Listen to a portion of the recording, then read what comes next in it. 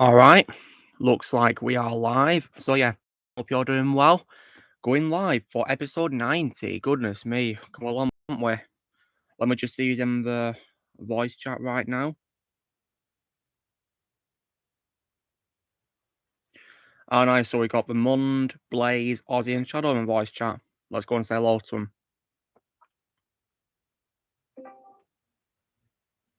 Hey Luke. Hey everyone. How's it going? Well, it's going fine, and we are on episode 90.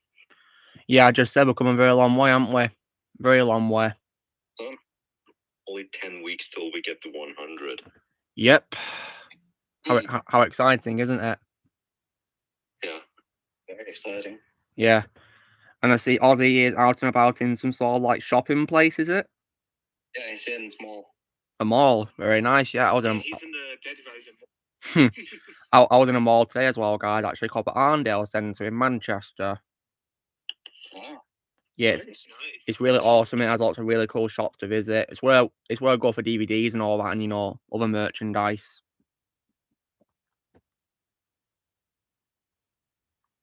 So yeah, had a really fun time today once again, just like last week, and yeah, got some pretty cool stuff to show you. Once we got lots of people watching. Hello, Hunter man.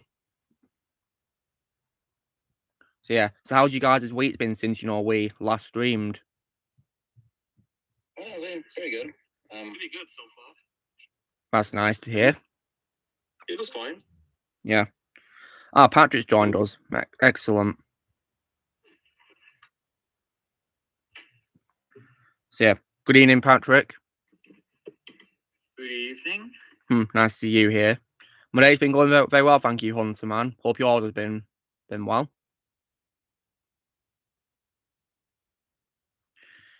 So yeah, and we're live episode 90. Been a very incredible journey. Oh yeah, I tried getting Peter Jessup into, but let's just see until he applies. Well, that depends on how busy he is, Blaze, doesn't it? I'm not going to be on for too long. I'm currently dealing with a headache, so... Oh, I'm sorry to hear that, Patrick. Be on for a little bit. Well, I hope you recover soon. Just make sure you get plenty of rest, Patrick. Yeah. Yeah. Yeah, headaches are definitely a pain. I can definitely relate. I had one last week. It was definitely pretty painful. This week. Same, I had one last week as well. Yeah. I have headaches a lot of times, actually. That's a very big shame, and headaches are just absolutely painful. They can't let me do anything because I can't go to a gym because I feel too in pain to work out. It's just a pain.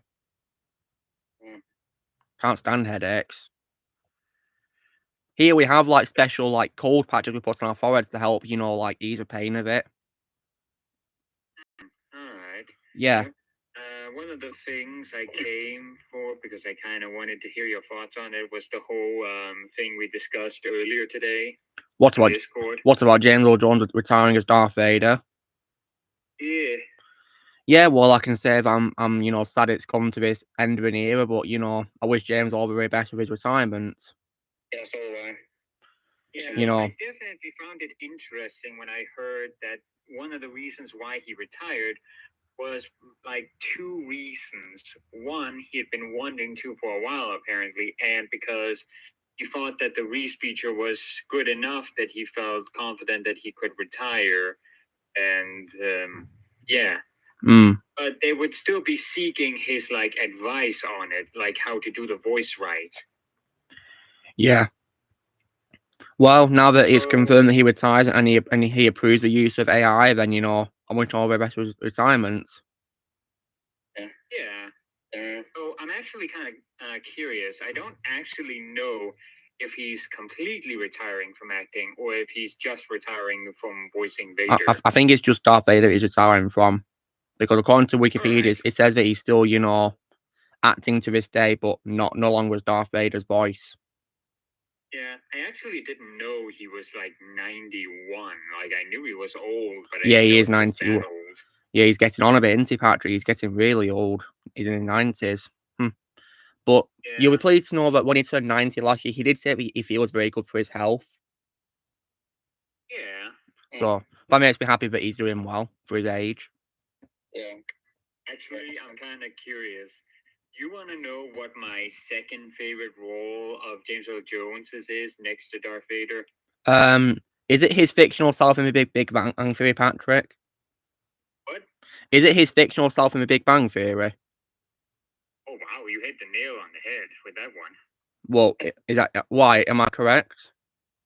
Yes, you are. Well, You I actually think are. you mentioned it at some point that you found his appearance really funny, and I can see why, because it's hilarious, his appearance.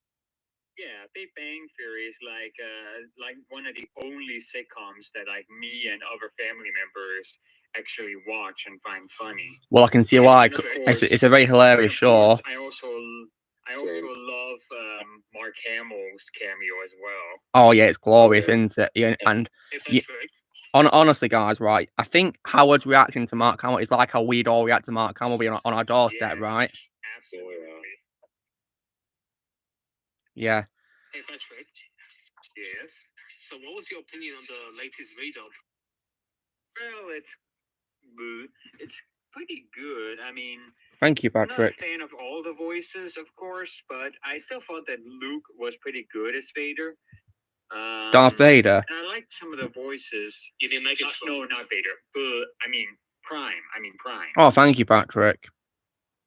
I wasn't a fan of all the voices. I did feel like some of them could have been cast better or could have had better vocal effects, but overall, it wasn't bad.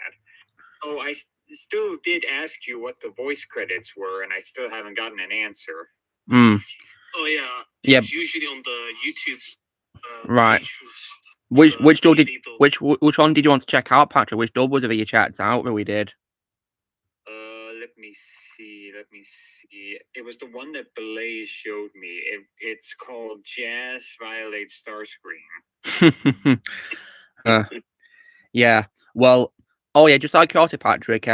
Did you have an opinion on myself as Megatron in the redub? Because I was doing an impression of Frank Welker, in case you're wondering. I don't think I remember what that sounded like. Yeah, because several people were praising my Megatron voice, which was very kind of them. Well, that's very kind to say. Thank you. Let me have a little re-listen. Oh, Aussie's doing thumbs up to us. That's great. Patrick, what do you think of me as Starscream? Give me a second. I'm listening to Luke's Megatron right now. My day's going very, very well, thank you, Donnie. It's not half bad, Luke. Thank you, Patrick. And in case you're wondering, I can tell it's you pretty easily. Well, yeah, of course it's me. Yeah, of course it's me. Yeah. Yeah, Starscream is pretty decent too, though I do personally would have liked it if the vocal effect was a little different, but that's just a nitpick. Yeah, that. Yeah, how was that called? In case you're wondering, Patrick, that Shadow voice in Starscream, you know, Shadow who's here right now, he voiced Starscream. That's me. Yeah, it was pretty decent.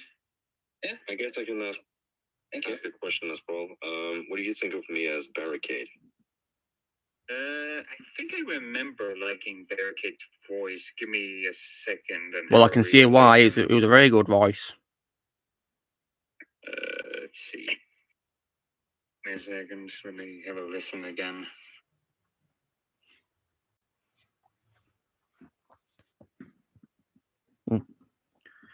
Well, in case one impact, there was also some lines that we added in as additional dialogue, which wasn't in the game. You know that.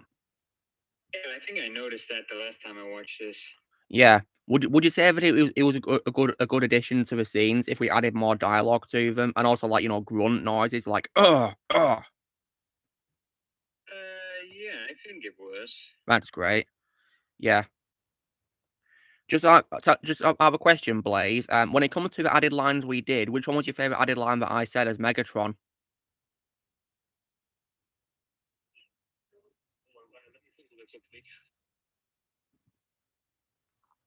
Oh, I got it.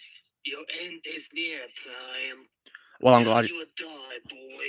Yeah, I did those in on the spot, thinking, you know, they'd be a good addition, and yeah, I'm glad that they were very well received. Yeah.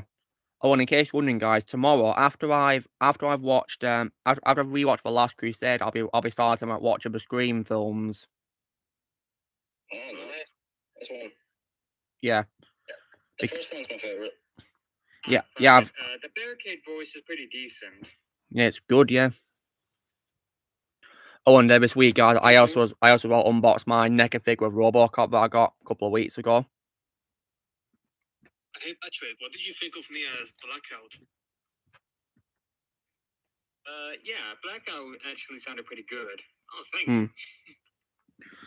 Oh, and Also the jazz, if you're asking. Oh, and Patrick, if you're wondering why Ozzy is on mute, it's because he's at like the mall and it's playing music which could get me copyrighted, so that's why he's on mute. All right. Yeah, but he can still talk in a normal mic chat though. All right. Another example of a movie that didn't need a sequel is Sharknado 3. Never seen Sharknado 3. Hey Patrick. I don't have any interest in watching Sharknado. Yo Patrick. Me neither. I don't even know what that is. What did you think of Lucky as Sam the Twiki? Give me a second. It's over a week since I last saw the video, so give me a second. So Ozzy says it should have stayed as one movie. Interesting. Well, I don't even know what Sharknado is, so yeah, I'm clueless about what Sharknado is. Oh, I think it's like a natural disaster, the sharks, So basically that's fun with Jaws, is it? If tornado shoots sharks, literally. Okay, that does sound pretty weird. And there's one scene where they're using a chainsaw to cut a shark open. Oh God. All right, listen, the Sam voice is also pretty decent. Yay! It was pretty good, yeah. Lucky did a very good job voicing Sam, yeah. Yay, oh, I see Johnny Depp there. That's cool. Yes. That's nice.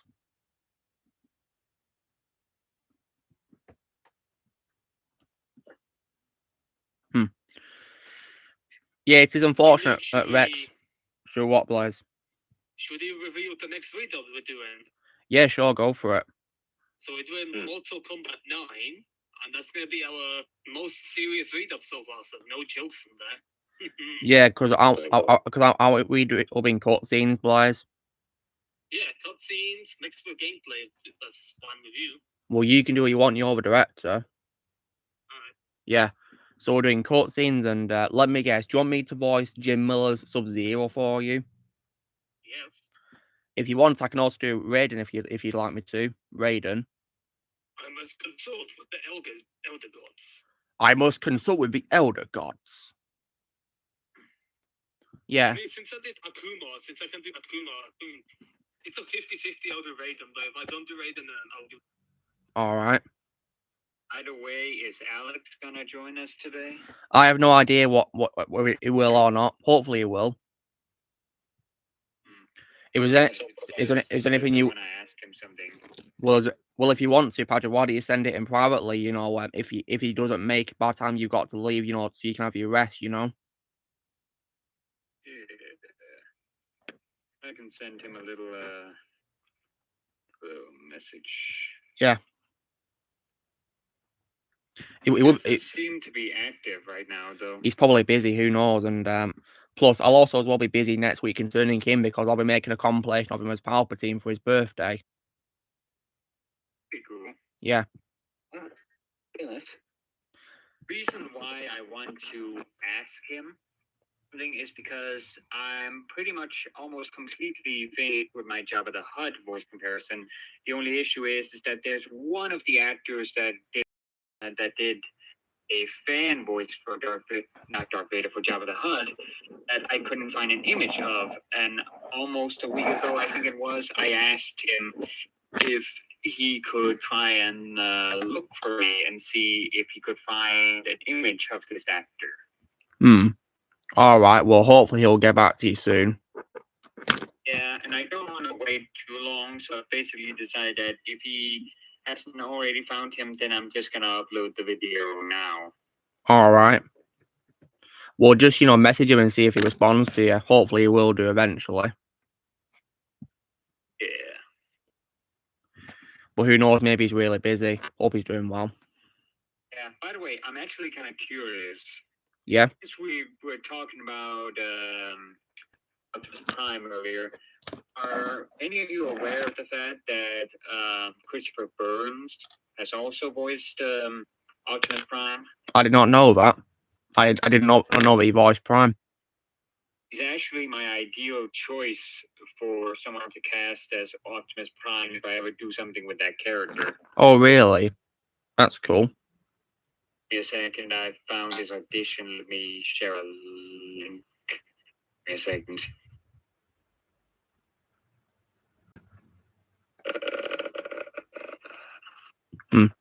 Hello, nice to see you here. Hello. If you got, Luke, here's a link. thank you, Patrick. Thank you. Nice one. When it comes to Megatron, I would say my ideal choice is a casting call actor I've never contacted nor have ever worked with. Only one I discovered randomly on casting call who I think has like the perfect voice because we both auditioned for the same project a while back, which is how I came across him. His name is, I don't actually know entirely how you say his name. I think it's Chance White. I think that's how you say it. Don't think I've heard of that name before. Yeah, I don't think he's done a ton, but basically he can do this pretty gruff voice, which I heard in some of his casting call auditions, and it sounds very similar to I don't know how you say his name, the guy who voiced Megatron in War for Cybertron trilogy. As in the show or the games, Patrick? The one on Netflix. I don't remember what that actor's name is. That would be Jason Marnocha who voiced Megatron in that show. I got it. Chance Wyatt, when he does a gruffer voice, sounds almost identical to Jason. That's why he's like my ideal choice for Megatron, because I think he would be perfect. Well, hopefully, hopefully one day you could cast him in something, couldn't you? And you could get him to voice Megatron, couldn't you? What? You could probably cast him one day, couldn't you, as Megatron? Yeah, probably. I've considered maybe doing like a comic dub of one of the scenes in one of the IDW Transformers comics. It's like a scene where Megatron and Optimus has this long conversation. I feel like if I ever get a dub of that moment, which I kind of want to, then I'd probably get Burns and Wyatt to do it. Yeah, well, if you want to do it, then yeah, you go for it. Yeah, but of course I can't really do that right now because of the whole financial situation. That's understandable, yeah. Basically, the biggest thing that's preventing me from making comic dubs is that I'm not confident in my own sound design, and I don't want to make a comic dub with subpar sound design. But if I were to get staff to do it, I'd very likely have to pay for it. So, like I said, I don't got the money for that right now. And how long is the runtime for your voice casting for Jabba going to be? I actually don't know. Let me go back to it. That's great, Ozzy. Open it up.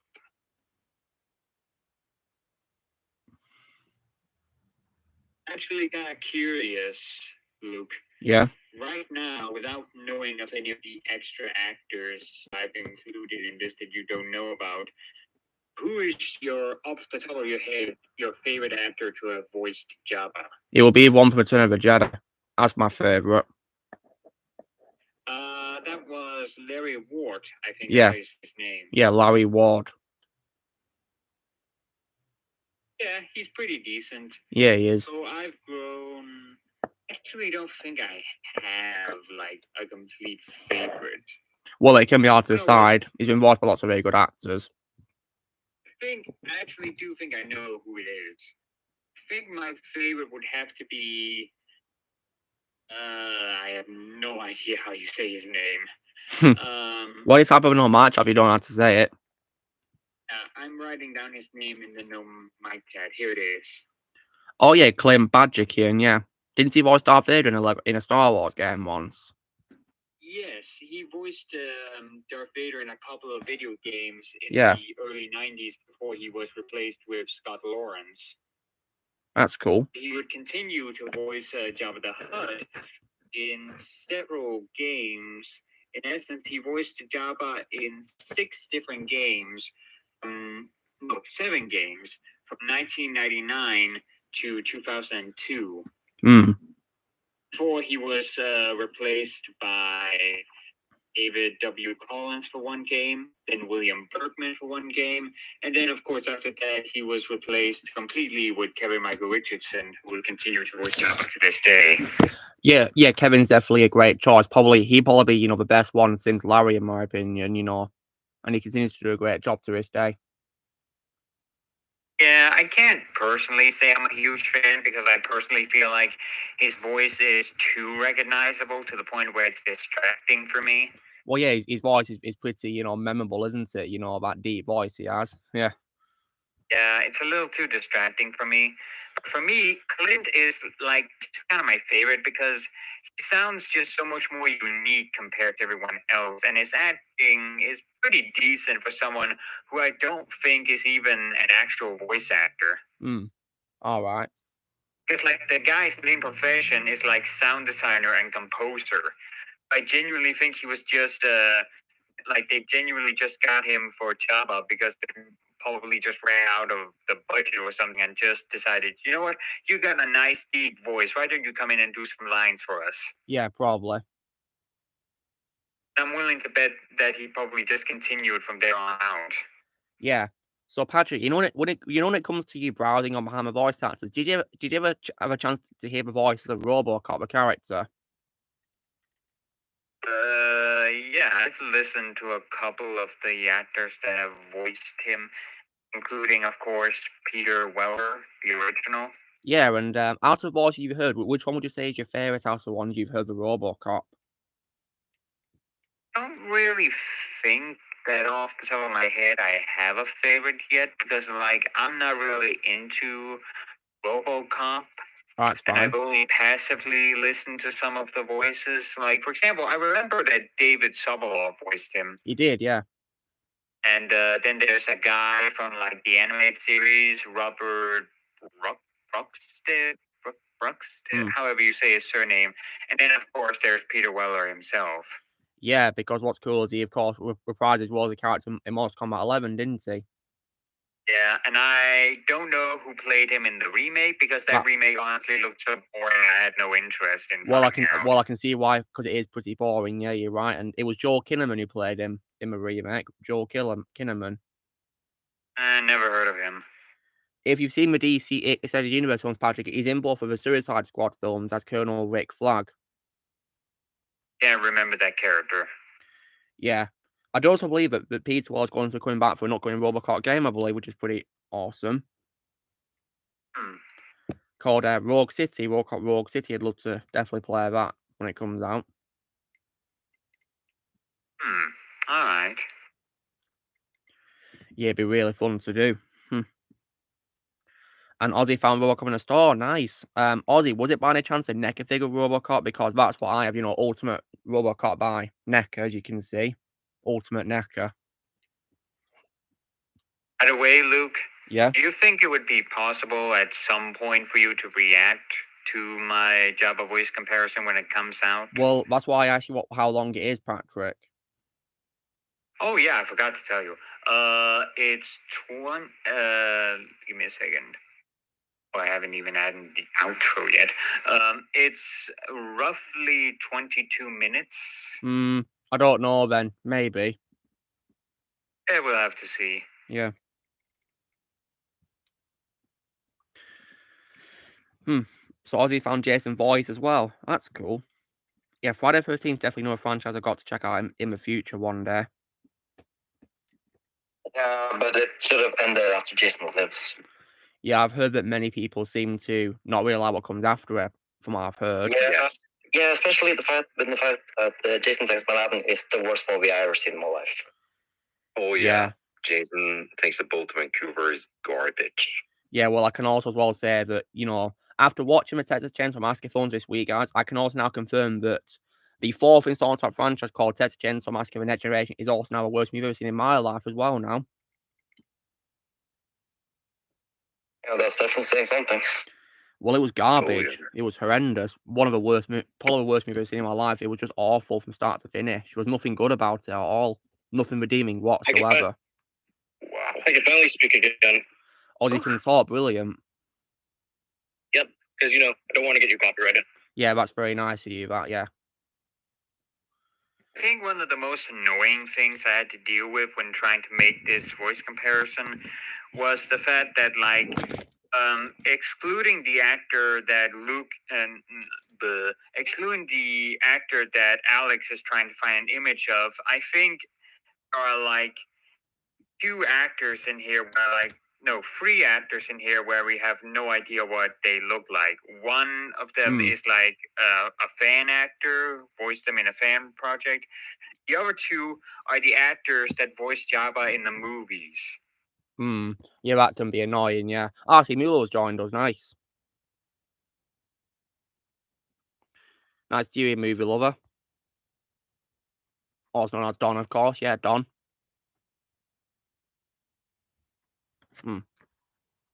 What's going on? I don't know. Is there like a connection problem or something? I mean, I don't know if he's... Wait, hold on. I don't know what's going on. Yeah, Don. Yeah, Don, is everything okay with you at your end, connection-wise? Oh. Hey, he's muted. Okay. Let's get in my car. No, he's unmuted. Oh. I'm probably trying to test whether or not we can hear his mic or not. Yeah, maybe hopefully it's working now. Okay, is it working now, Don? Yeah. Oh, thank God for that. Yes, brilliant. So yeah, nice to you here, Don. How's your week been? Good. That's great, yeah. And as I already told you, Don, I've managed to watch all the Texas Chainsaw films this week. Nice. Yeah, but unfortunately, you were so right about it should have only been 2 canon films and 2 remakes alone, and that's it. Yes, it should have been. Like, I can't believe all the trash I had to watch after, after a second film. Oh, Pat, is everything okay with you, Patrick? I just sometimes I noticed that I couldn't hear Movie Lover, and I noticed that's happened before, so I disconnected and connected again, and now I can hear him. Okay, no problem. Sometimes there's times when I even like to pretend the beginning is actually a prequel to the original 1974 film.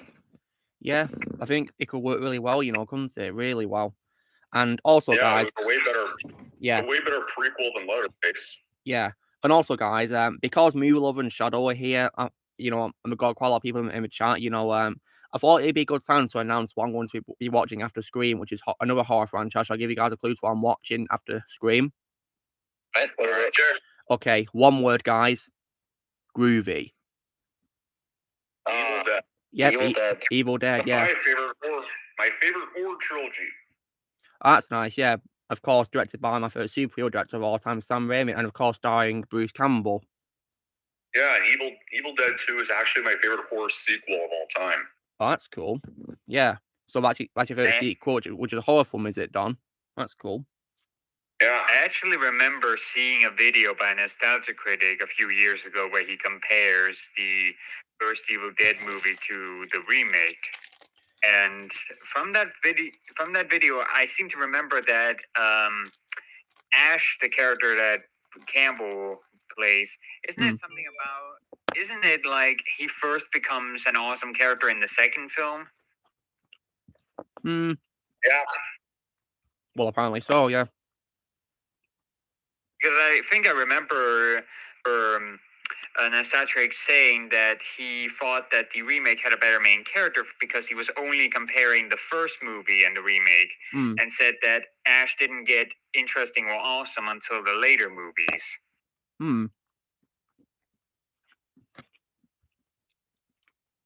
Other than that, I've never seen the movies, so... I recommend all 3 of the original 3. Well, we're checking out all the films, including the 2013 remake, and also the show as well. The show, Ash vs. Evil Dead. There is not a single bad movie in this franchise. Well, I'm very excited. I'm hoping to watch the Evil Dead franchise too as well. And I can also assume, guys, that Ash's favorite role of Bruce Campbell, is it? Yeah.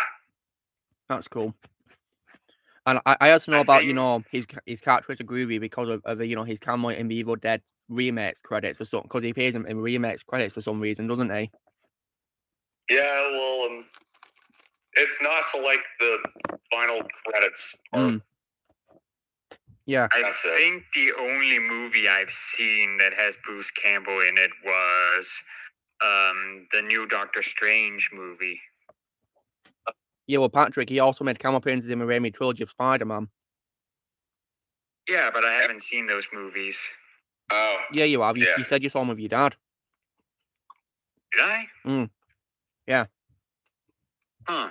They must have been so long ago I don't remember. Yeah, you said that you loved J.K. Simmons or J. Jonah Jameson. Oh yeah, for sure. Hmm. But that's also because I watched some compilation clips of him as well. Well, yeah, he's a picture-perfect casting for a character, of course, isn't he? Yeah, I think it's hard to get better casting a comic book movie than that. Yeah. And when it comes to J.K. Simmons, Patrick, have you seen him in a film called Whiplash? Oh yes, of course. I mean, I included him in the latest Villain Voices video. That's cool. And because that's my second favorite live-action role of it, actually, behind J. Jonah. Yeah, Same here. I saw clips from that movie because, like, I don't actually remember where I first heard of his role in that movie from. But I felt it would make a good addition, so I included him in the latest Villain Voices video that I made a little while back. That's cool. Yeah, because I gotta say that, you know, he was pretty scary as that teacher, Terrence, wasn't he? Oh yeah, he was. I'd be scared if he was my music teacher. Imagine if he was screaming in your face. Yeah. Oh wait, I've already dealt with that before with my other music teacher. Oh dear. He definitely deserved the Oscar for a role as well. Yeah, he certainly did. Yeah. Yeah, he did. And the movie also has my favorite role of Miles Teller as well. As Andrew, you know, the main character, yeah. Very serious in that movie. Definitely way better than it was in Fantastic, of course, yeah. Definitely. Yeah, Andrew's my second favorite role of Sorry, what, Patrick? I said I stopped caring about Oscars long ago. Everybody did. Yeah, the Olympic became popular this year due to Will Smith, didn't they? Yep. Yeah, I mean, even that is pointless to talk about now. Yeah, because it happened months ago. It's best people move on, but people just won't shut up about it, and it gets pretty annoying. Yeah, Well, extremely annoying. Yeah, when are people going to leave Will Smith alone?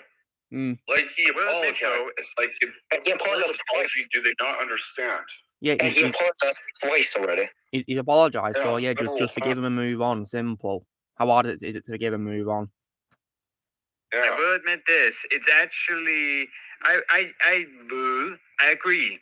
We should leave him alone about it. Though I will admit it did lead to some pretty funny jokes in Nostalgia Critic's review of the movie Hancock, because he makes his review in advance, and so it was by total coincidence that he reviewed that movie around the same time that Will Smith's slap happened. So he actually acknowledged in the opening of the video with a new recording before the video was going to be uploaded that it was by mere coincidence. And so he added in very quickly before it was uploaded these little moments here and there where he acknowledges that here he could have made a joke about the slap. It's actually pretty funny. It's not that funny when I explain it, but trust me, if you watch the review, you'll know what I'm talking about, and it's actually pretty funny. Well, I'll see if I can give it a watch one day, because I think Hancock's an underrated movie. Yeah, I never heard about it before Critic did his review of it. I'd recommend it, Patrick. I think it's a pretty underrated superhero movie, and it has one of the favorite roles of Will Smith, actually, and also Charlize Theron too. It's a very good movie. In my opinion, it deserves a sequel. All right. Yeah, I'd love to see more of Hancock. It's a pretty good movie, and Blaise Badeau doesn't appear to be here yet, does he? He'll probably be in a little bit. Who knows? I can't check right now because I'm driving. That's all right. I'll say, yeah, you keep driving. Yeah, just drive safely. Yeah. Yeah, that's why I'm not watching the stream. Well, at least until I get back to my house. Yeah. So we're like half an hour in, guys. So we shall I start showing what I got on DVD this week and what I got from Manchester as well, merchandise wise. Sure. Yeah, go ahead. Yeah, because Mula was here as well, and yeah, I mean, Patrick, are you gonna want to see what I got this week? I'm actually not at my iPad right now. I'm currently kind of down here eating lunch, so Yeah, well, enjoy your lunch, movie lover. I can't really view the actual YouTube stream on my iPod because I can't really mute it. So That's all right. do what That's all right. do what I can do. All right, so All right, if you hear yeah. that, I'll see if I can do something here. Well, I'll say what I've got, so you'll hear what I've got. All right. So yeah. So when it comes to what I got on Amazon, guys, so the first thing that I got was, of course, an animated movie. This is one of my favorite animated films of all time, guys, of the year 2011. It's also probably my second favorite work of all time by Gore Verbinski of all time. Has a third voice role of all time from Johnny Depp, and that's none other than, of course, Rango on Blu-ray. Yeah. Yes, Rango. Yeah, Rango. Oh yeah, Look, I saw that too when I was younger. yeah, it's an amazing animated movie. You know, it's amazing. I've not checked it out until recently. Like, what I've been doing with my life, I've missed out on it. It's an amazing movie. I saw it in theaters. That's cool. Same here. I also as well got 2 steelbooks, guys, for 2 films, and the first one is for my favorite Transformers movie of all time, which I saw in theaters in 2018 on December 29th, and that's none other than, of course, Bumblebee. Yeah. And what's cool is if you have it in like a light, Bumblebee's eyes light up blue. It's pretty cool if you shine it in a light; they actually light up blue. Yeah, it's pretty cool. So one side, of course, is being in his robot form. On the other side, in his Beetle form, you know, Volkswagen Beetle. Yeah. I'm still waiting for a sequel. Yeah, I think Rise of Beast is a sequel to it, Patrick, I think. Where is the sequel? Yeah, next year called Rise of the Beasts. It better be out soon. Yeah, it better not just be another like Michael Bay like movie or something. I hope not. The most important of all, it better not be woke. I hope not. Because wokeness really annoys me. Then I got another steelbook, guys, for a movie from this year, which is a film. This of course includes also the extended version of this film, guys, and it's a film from this year, which is of course na na na na na na na na na. You guess what it is? Jurassic. What? Yeah, Jurassic Dominion. Yeah, it's Dominion. Yeah, on steelbook. Yeah. So it didn't. So it wasn't released on New Year's in your area. Yeah, it looks like Amazon lied to us, Ozzy, because for some reason it said on Amazon it was being sold on New Year's Eve, but thankfully recently I was able to order it, so yeah, I got it. I know why it does that. Yesterday I bought the Ford collection of Anaconda before, which nice. is basically the films on one DVD. I just only bought it for the first one. That's cool. Don? Watch the first. Look, I know why it does that for New Year's. It's because it's a placeholder. Oh, I see. Okay, so it wasn't. So it wasn't the true final release date then, was it? Yeah, that's the same thing with video games. Okay, I suppose that makes sense then. Yeah, thankfully it wasn't the true release date. I'd hate to wait till New Year's Eve for a movie. Yeah, because I found that movie in my store earlier. Yeah. And speaking of DVDs, guys, I also managed to get myself, you know, like a special Blu-ray player which I can plug into my laptop. So this is a Blu-ray player, so I can watch my Blu-rays on my laptop now, which is pretty cool. And my laptop has great resolution for them as well. And now onto things I've been getting. So when it comes to yesterday's buying, guys, I got 3 Xbox One games. Hello, Jedi Prime.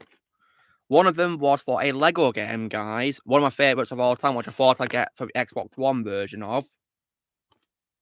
And that's, of course, Lego Marvel Superheroes, the first one.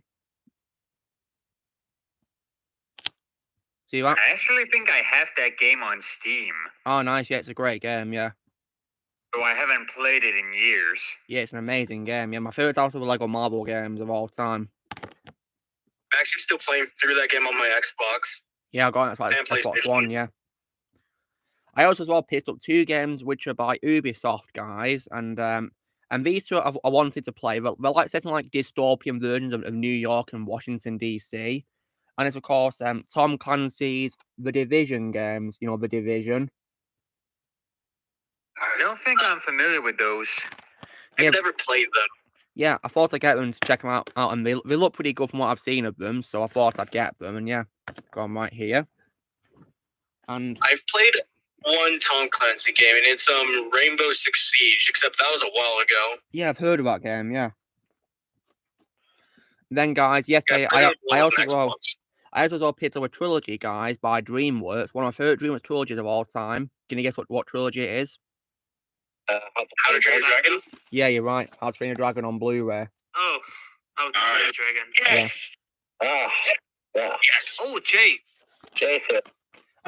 Hey, Jay, what's up? How you doing, bro? Nice to see you in the comments. Hey, Yeah, Jay. hope you're doing well.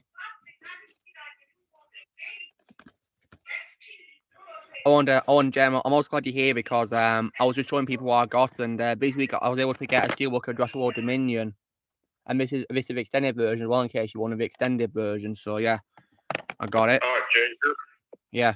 well, finished lunch, so I'm maybe able to go upstairs soon and connect to my iPad and actually see the comments and get to mute the YouTube part and actually still listen to the Discord stream. So That's cool. Is there anything else you want to show us? Well, there's quite a lot to show, Patrick. Yeah, a lot of things. I also picked up one of my favourite comedy films of all time, guys, from 2011. It's like a British comedy, so if you guys are international, you may not be familiar with this, maybe, I don't know. But it's one of my favourite comedies of all time, which is, of course, The In-Betweeners movie. This is like a really funny comedy film, guys. It's like a continuation of like a comedy show. And yeah, I got it on Blu-ray. It's a great comedy movie. Yeah, never heard of it. Also, in my opinion, an example of a film that didn't need a sequel as well.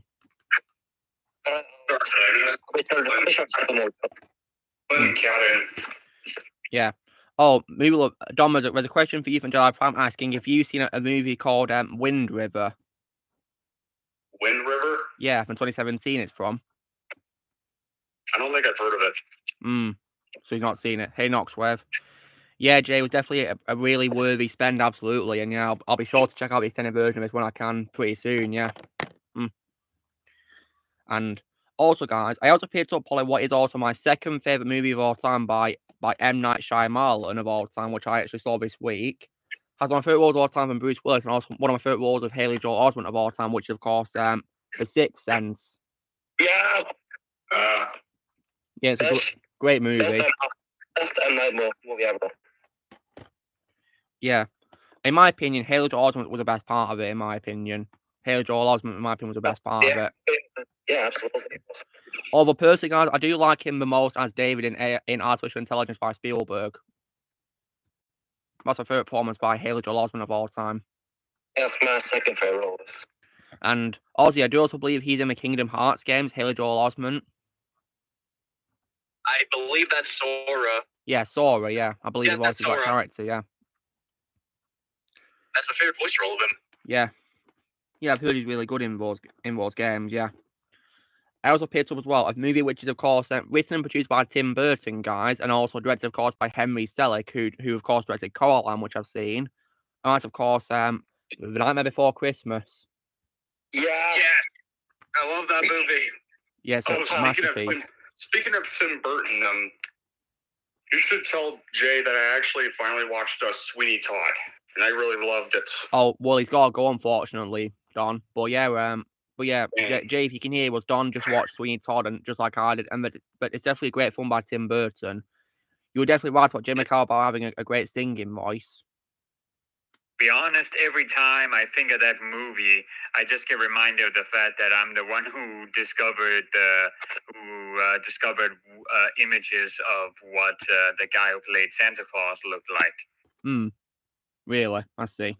Well, I didn't discover the images. I found footage of what he looked like in live action for one of his live action roles, and then just took screenshots and released them online. And now everyone uses those screenshots. Yeah. Now, the Monday, can you hear us? Because there's something that you'll be happy to see. On an iPad now, so that's great, Don. So when it comes to I was to get a spy film the Mund, and my favorite movie with Pierce Brosnan in this role, and that's of course Na na na na na na. Goldeneye. Yes. On Blu-ray, yeah, I thought I'd get it because it's my favorite Pierce Brosnan Bond movie, guys. So I thought I'd get it on Blu-ray. No spoilers. Me and my dad haven't gotten that far yet. Well, I'm not going to spoil it, Patrick. I'm just showing it on DVD. I'm not going to spoil anything. Yeah, I know, but you could end up talking about it. Well, I'm not going So to I just wanted to be because I've got sure. more to show. Yeah, we Well, haven't even gotten to the Rocky Horror movies yet. I think I still haven't seen any of the old James Bond films. Well, you bet. I've only seen the Craig stuff. Seems like a really long franchise to get through. It is pretty big, yeah. There's lots of them. Yeah, 25 plus 2 unofficial ones. Although, just as a bit of warning, guys, the unofficial ones, in my opinion, are garbage. Oh yeah, they're pretty. Yeah, I'm aware of them. I will admit, I actually did see a small fan documentary a while back on the production of the Casino Royale movie from '67, and I gotta admit, that's a pretty funny video. I'm willing to bet it's probably also like the story of the production is probably funnier than the movie itself. I just watched the 2006 Casino Royale. That's actually good. Yeah, but 2006 one's the real version. The 1967 version, in my opinion, is not Casino Royale. It's just, a cluster of, rubbish. Want to know something, Luke? I learned from that documentary video. Yeah, what about it? The movie had 4 different directors, and each was allowed to direct each part of the movie however the hell they wanted to. Yeah, I heard that film for some reason had lots of directors instead of just, one. And I believe, wasn't one of them John Huston? I don't actually remember.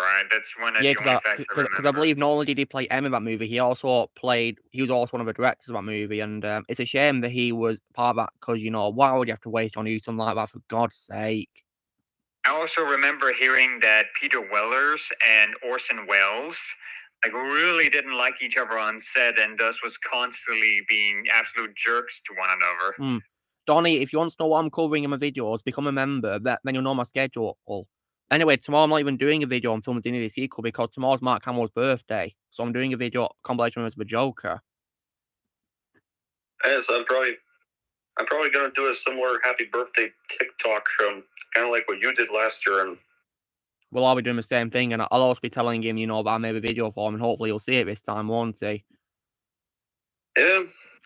Who knows? The dude could be busy, so you never really know. Well, he can take his time, can't he? But, I mean, Patrick, did you hear that, last year he actually commented on my TikTok post I did for him last year? Yeah, I remember hearing about that. Yeah, I was definitely starstruck. I'll say that. Starstruck. Yeah. Because Mark Hamill was one of my idols growing up. So, yeah, it was definitely, a once-in-a-lifetime opportunity, that really was. Also, guys, so other things I got on DVD. I also picked up a film which was made by Leica, guys, and this may be my least favorite movie by them, but it's still, in my opinion, a good film, which, of course, is The Box Trolls. Yeah, I only saw that movie once. Yeah, it is pretty good, but I think it can be a bit too dark and scary for what's supposed to be a kid's movie. Yeah. Yeah, I agree. It's even advertised as their first lighthearted film. But only, in my opinion, it's not lighthearted, to be honest. No. Christ, if that's lighthearted, then how dark are the rest of their movies? Well, Coraline's also dark, in case you're wondering, Patrick. That's kind of like a horror film as well. Coraline. Yeah. I know. It was also supposed to be a joke. Yeah, I know you were joking, Patrick, yeah. It's more of a horror comedy, kind of like films like Shaun of the Dead in a way, but... Oh, yeah, Shaun of the Dead, my favorite comedy film of all time. Just more like a kid's version of those type of zombie parody films, but... Right, Rex, I don't want to hear what people think of Andor. I don't give a damn about that show. I'm done with Star Wars. Yeah, I don't care. Yeah. Same here. Yeah. I didn't watch Kenobi. I heard Kenobi was terrible. It is terrible, yeah. I've been watching people's reviews, Don, and they're saying it's pretty bad. Yeah, there's no way I'm wasting my time on that trash. Well, yeah, just me and Nancy, the 2 episodes then. I'm honestly pretty surprised by how much people seem to be varying on opinions because like Endor's getting like great reviews while Kenobi got terrible reviews. So it really just feels like it's going back and forth in quality. Like, I tried to have hope for Kenobi because Hayden Christensen was coming back, but apparently that's not even enough. They wasted him. Yeah, he was wasted. So yeah, false advertising right there. Yep. I also as well got a film from this year, guys, which was this was like a biopic about a musician, one of the musicians of all time, guys, and this is also, in my opinion, a much better biopic about a musician than Bohemian Rhapsody, and that's of course Elvis. Yes. Yeah, great movie. Pretty emotional too. Pretty emotional. Yeah, like the only problem I have with it is the first half of the movie feels too bizarre. It's yeah, it was pretty weird. Yeah. The second half is where it really. The first half is the only really Baz Luhrmann stuff. Other than that, the rest of the movie actually feels pretty normal. It actually picks up better in the second half. But I will say, Don, it was better than Romeo and Juliet, wasn't it? Yeah. Yeah. And Tom Hanks wasn't bad, but no, he weren't. No. They could have tried. They could have still tried to make his character a little more intimidating because he's supposed to be the bad guy of the film. And yeah, I didn't really get much like of an antagonistic feel of it, really. Yeah. And it just sounded too cartoony. And plus, Don, you know how in the film Elvis says that people are going to forget him, doesn't he? Yeah. Well, when I was watching the film, I said, I'll never forget you, Elvis. Never. Nobody ever did, and nobody ever will. Yeah, no one's going to forget Elvis at all. He's a legend, Elvis Presley. Rest in peace. So I really hope in the afterlife he can see that nobody forgot him. And yeah. I hope he sees that people think it's a legend to this day. Yeah, he's made like very iconic songs, yeah, and the songs, it was definitely nice to hear him in this musical about him. It was actually, it was Hanks' character who died forgotten and hated. Yeah, real life person, yeah. I also picked up as well a film which has one of the awards of all time from Sandra Bullock and George Clooney, guys. Movie directed by Alfonso Cuarón, and that's of course Gravity. Nice film. Yeah, and this is also 3D cover, guys, so like it changes, when you move it and all that. It's pretty cool how it does that.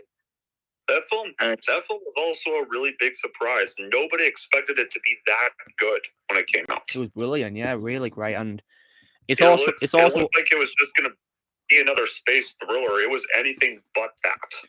It was definitely, it's an example of one of those films which has very few actors but still absolutely amazing, isn't it? Yeah. Yeah, because I believe them two are the only ones in it, and I think Ed Harris has a voice role in it. Ed Harris. Yeah, what are you saying, Patrick? I will admit, I haven't seen the movie, but I was pretty surprised when I found out that it was directed by the same guy who made probably one of my favorite Harry Potter movies. Yeah, Prisoner of Azkaban. Yeah, he directed that. Also a great movie, of course. Yeah. And also, guys, the final thing that I got yesterday from my store was a steelbook for what is now one of the horror films of all time, which, of course, also has my favorite roles of all time from Emily Blunt and John Krasinski. And that's, of course, none other than A Quiet Place. Yes, I own both those movies. Yeah, I've got to get a sequel eventually. I'll see if it's available to get a steelbook, of course, yeah. And on the front, it shows Evelyn, frightened and covering her mouth. And then on the other side, it says, we have this. If they hear you, they hunt you. Pretty scary, isn't it?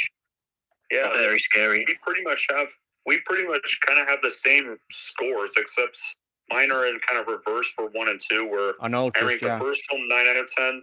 I ranked part 2 10 out of 10, personally. I noticed, yeah.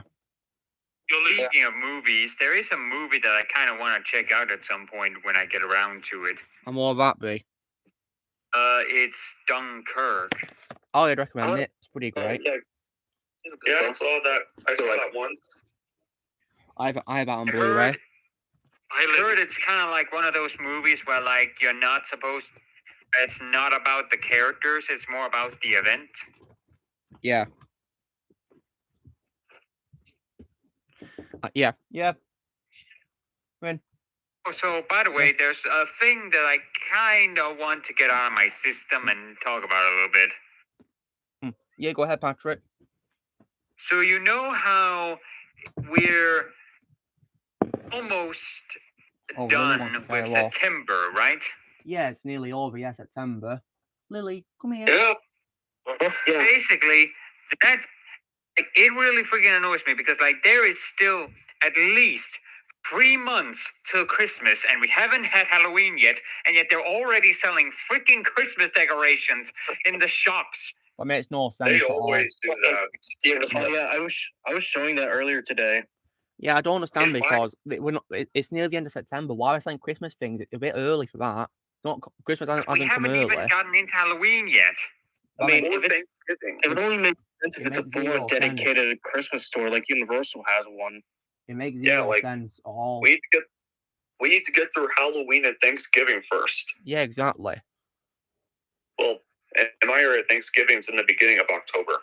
Yeah. Mine's in November. Isn't the American version of Yeah. Thanksgiving in November, guys? Yeah. Whereas I can confirm Canadian's October, isn't it? Yeah. Yeah. And then after Canadian Thanksgiving, that's Halloween. Yeah. How interesting. But Right.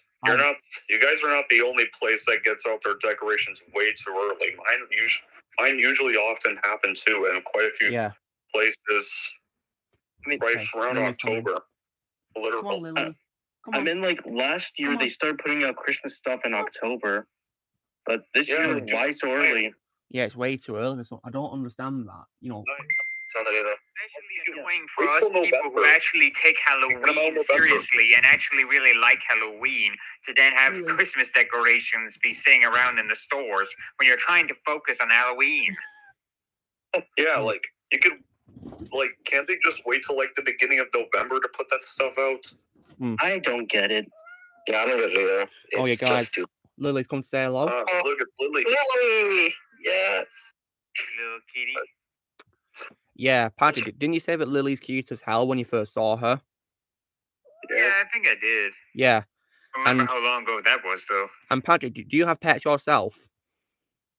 I used to have 28 rabbits when I was younger. Oh, nice. Nice. But I think we sold those a couple of years back. Aw. I think the reason why, well, honestly, I think you can figure out how we eventually ended up with so many rabbits. Yeah, I can definitely understand why I'd have so many of them, yeah. Oh. I gotta admit, baby bunnies are pretty freaking cute. Oh, of course, yeah, no question. They're absolutely adorable. Yeah. And I know you guys here love Lily a lot, don't you? Yeah. Yeah. She's adorable. Right, you going, Lil? Right, see ya. She's gone. Yeah. Right, so next up, guys. So we're done with what I got yesterday from my store. Now let's talk about what I got in Manchester. So one of the things I got was a trilogy, which contains my favorite horror movie of all time, guys, so far, and that's of course the trilogy starring Sir Anthony Hopkins as Hannibal Lecter. Yes, the Silence of the Lambs trilogy. Yeah. So I've seen here it is, guys. I've seen Silence of the Lambs, and I've seen 2001's Hannibal. Yeah. So here's Silence, guys. Very iconic poster of that right here. Honestly, that kind of creeps me out, to be honest. Well, that's the idea. Was it is supposed to be creepy and It's a horror film. Here's Hannibal. It's a horror movie. What was I expecting? Yeah. That's I'm honestly kind of proud to be from the country of one of the actors who's played Hannibal. Oh yeah, Mads Mikkelsen. Yeah. Yeah. Yeah, because he played him in a show, didn't he, Patrick? Yes, the show called just Hannibal. Yeah, which I believe he was in with Lawrence Fishburne, if I can recall correctly. Lawrence Fishburne was in there too. Though I gotta admit, it's pretty cool that both of the Mikkelsen brothers have been in Star Wars. Yeah. Like Mass was in Rogue One, and Lars was as Thrawn in Rebels. Star Wars Rebels, yes. It's definitely really cool they're both in it, yeah. I gotta admit, Luke, even though you're not really watching much Star Wars anymore, can we at least both agree that if they ever do a live-action Thrawn, they should get Lars to do it? Oh, yeah, absolutely. It'd be perfect for a live-action Thrawn. And And here's Red Dragon, guys, the prequel film. Also a good movie. Yeah, it is good. Yeah, in my opinion, a better prequel film than Manhunt. Although Manhunt was also decent, in my opinion. Yeah, I actually watched the Nostalgia Critic old versus new video where he compared those two movies, and he wasn't actually able to entirely choose which one he liked more. I can understand that. Oh, I haven't watched that old versus new series in a while. Actually, kind of wish he would bring it back at some point. Yeah, and it's hard to say what my bad qualities are, you know, with films because they're great. I mean, I think with Hannibal, I didn't really like the recasting of Clarice. I personally do prefer, you know, I do prefer, you know, the original version of Clarice. You know, not compared to this, really, to be honest. Yeah. You know, Jodie Foster, in my opinion, also will be my favorite Clarice of all time. Yeah, like they couldn't have just kept, like they really couldn't have just kept her for Cannibal. Yeah, we could have brought her back. Yeah, it's a shame that you had to recast her. Actually, I think I remember that Nostalgia Critic actually mentioned in his review of Hannibal why she didn't come back. You want to know what the reason was? What is it? Yeah. He thought the script was terrible. Oh dear. Well, I thought the script was fine, real, to be honest. Present. Now, Don, you're probably going to be happy about the first film of this trilogy that I got. Because right. I was able to get this was the only way I could get this movie, right? And it was this plumber for movie of all time by Joel Schumacher, Don. Yeah. And that's of course the Lost Boys trilogy. Oh yes. But apparently, though, I've heard that apparently the second one was panned, wasn't it? The second one.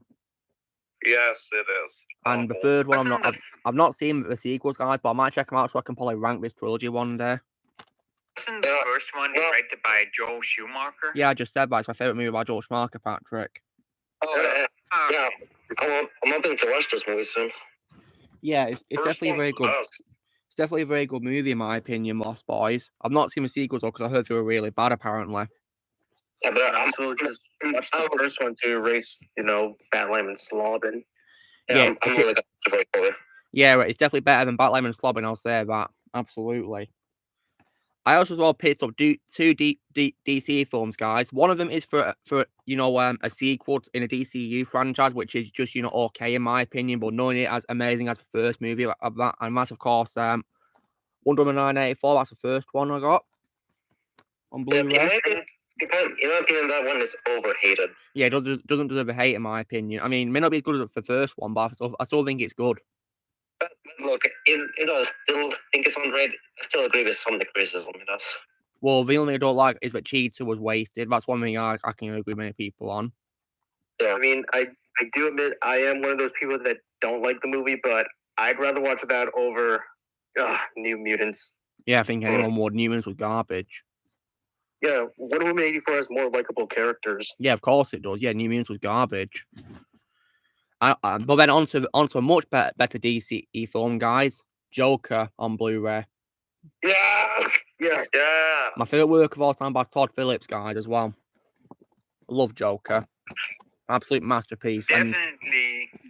Definitely gonna check that out someday when me and my dad are done with the James Bond movies. Yeah, please do, Patrick. I mean, Joaquin Phoenix won the Oscar for it as well. Well deserved, in my opinion, as well. That sounds pretty cool. Yeah, he definitely deserved the Oscar. And I also picked up a Blu-ray for a show, guys. A show. This is one of my favorite Netflix shows of all time, guys. And that's, of course, the first season of Daredevil. Nice. Yeah, the show, yeah, the first season. So yeah, so thankfully I don't need you know Disney D minus to watch it. I can watch it on this now. Aha. Yeah. So yeah, Disney Plus. So yeah, screw you D minus, as I nicknamed Disney Plus. But I also speaking of Oscar winners, guys, I also picked up a film which won Gary Oldman the Oscar, and that's of course Darkest Hour, in which he plays Winston Churchill. That's what the movie up. Yeah, I mean, can you guys believe that's Gary Oldman? This is Gary Oldman. Nope. Nope, I did not. Yeah, and on the back as well, you can see him here too. Yeah, Gary Oldman. That's Gary Oldman, guys. Can you believe that? That's Gary Oldman. I saw a clip from the movie a while back, and I also was also pretty surprised by the makeup. Yeah, it's brilliant, isn't it, Patrick? And he won the Oscar. Very well deserved, in my opinion. Yeah.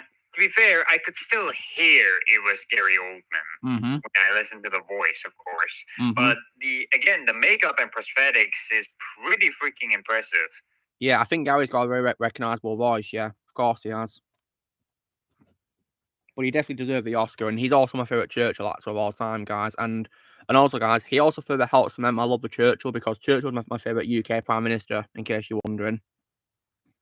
Curious, what did you think of the guy who played Churchill at 11th Doctor Dalek's? Oh yeah, Ian McNeice. He was also perfectly cast as well, Patrick. Ian McNeice. Yeah. Definitely, very picture perfect for a role. Absolutely. Yeah, so far he's my favorite Churchill.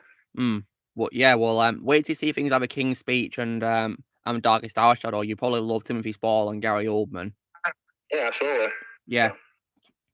I also saw picked up a film by Neil Blomkamp, guys, which stars Matt Damon, and that's of course Elysium. Yeah. Yeah.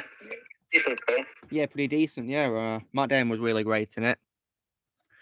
Then I picked up two movies, which of course they star people like Angelica Houston and Julia and Christopher Lloyd, and that's of course both of the Addams Family films on Blu-ray. Yeah. Yeah, and I've got to check out Values soon. I've heard that one's really good, isn't it, Don? It is. Don, didn't you say that you like it more than the first one? Yeah, I do. That's cool. Well, I'll be sure to check out this sequel and see what I think of it. But I also as well. Yeah, they're better than that. They're better than that. Those garbage animated films. Oh, that's good.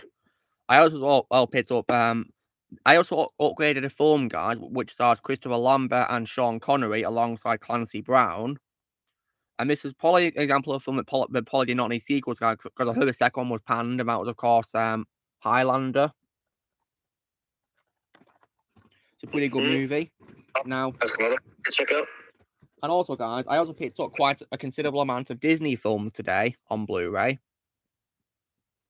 So, on Blu-ray, guys, I thought I would upgrade Aladdin to Blu-ray.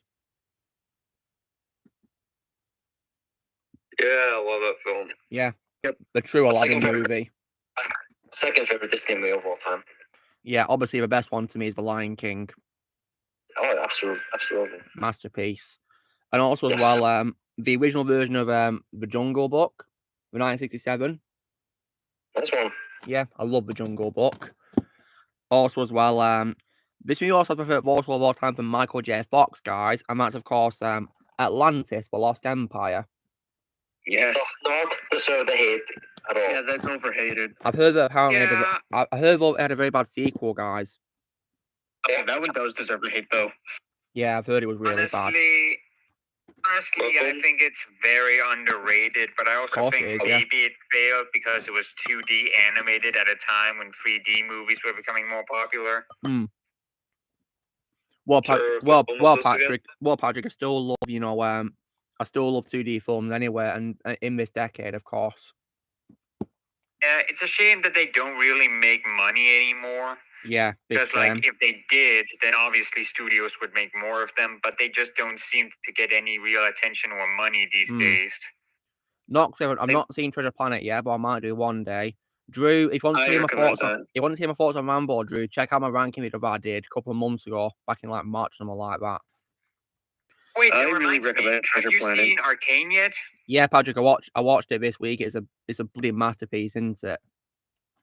Yeah, it's really freaking good. And again, speaking of 2D animation, did you notice that there was some 2D animation in the show? Yeah, I saw some of it. Yeah, the animation was definitely, very amazing, bro. Yeah, do you want to know how they actually did it? Because I can very easily explain it, and I kind of want to. Yeah, do it. Tell me.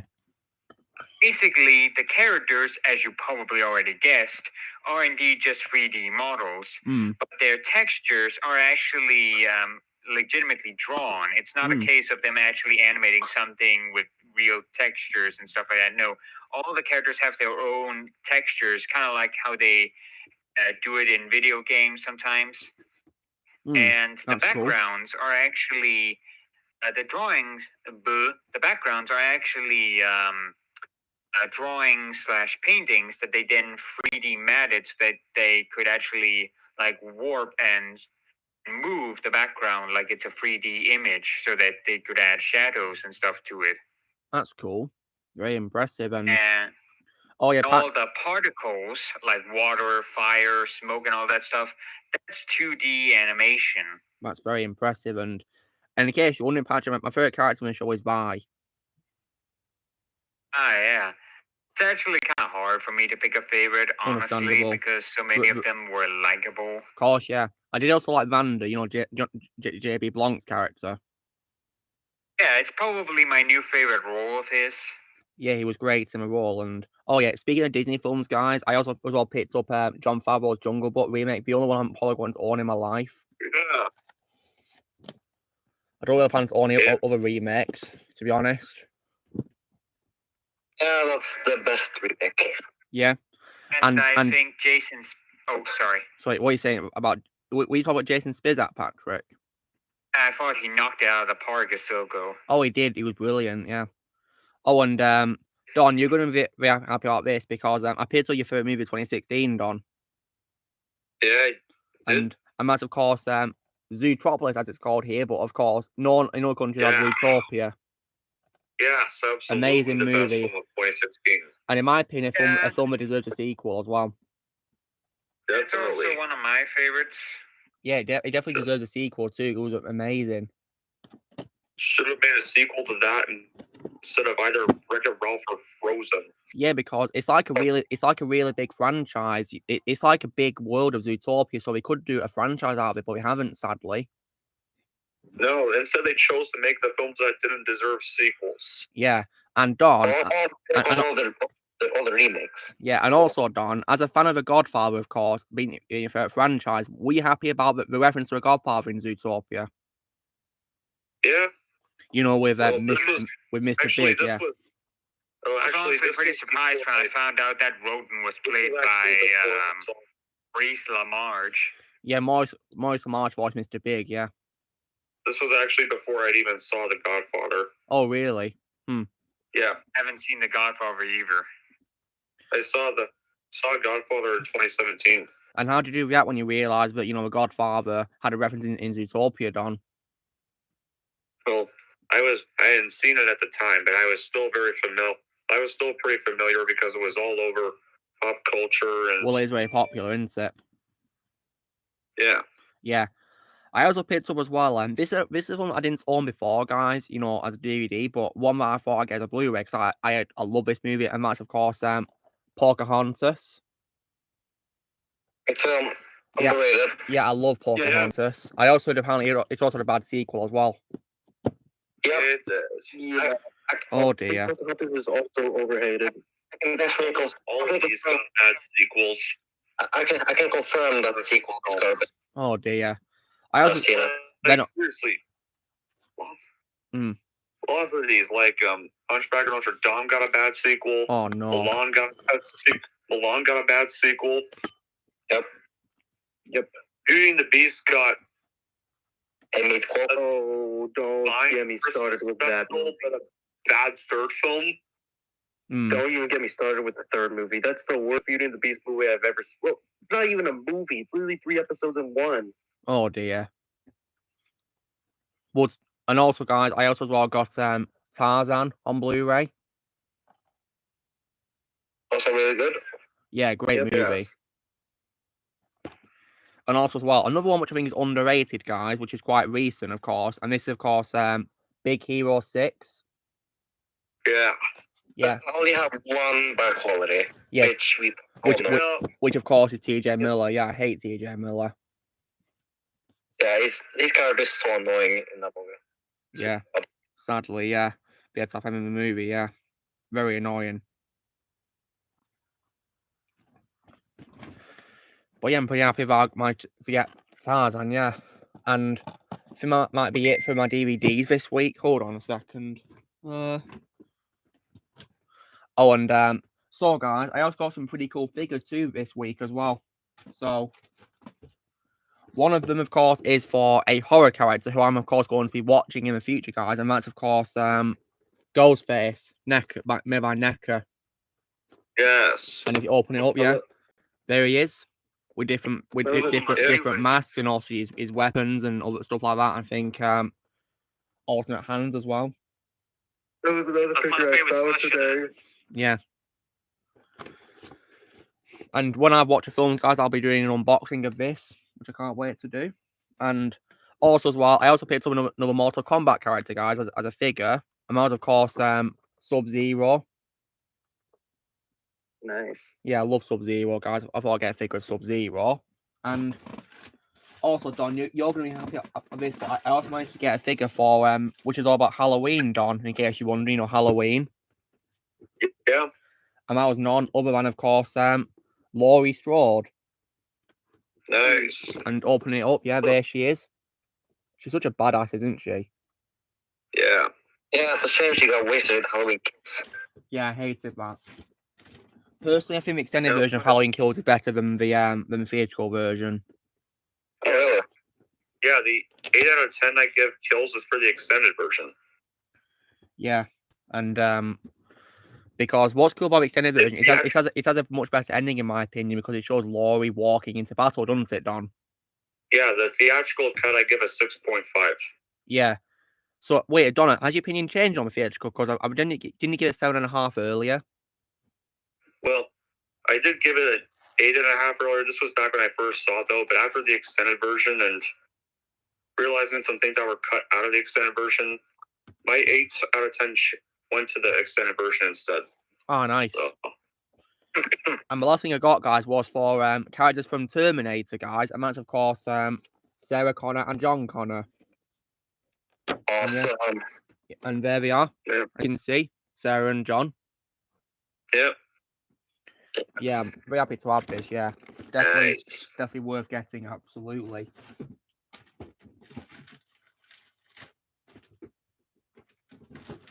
So yeah, that's what I got this week, guys. Yeah, it's been definitely one amazing buy. Really has. And oh yeah, when it comes as well to Halloween Kill Shadow. Yeah. You know how, truth be told, that movie killed your interest, didn't it? Halloween kills your interest, doesn't it? It did. Well, would you say that one redeeming quality was Dr. Lewis's cameo at the beginning of the movie? Yeah, I think that was fun. And did you guys know that's not even CGI, it's actually makeup? Did you know that, guys? It was makeup. They didn't use like CGI to create his face. It was all makeup. Can you believe that? Yeah. Well, I never saw the movie. Yeah, it's very impressive. You'd think it's a deleted scene from the original films. It's very impressive.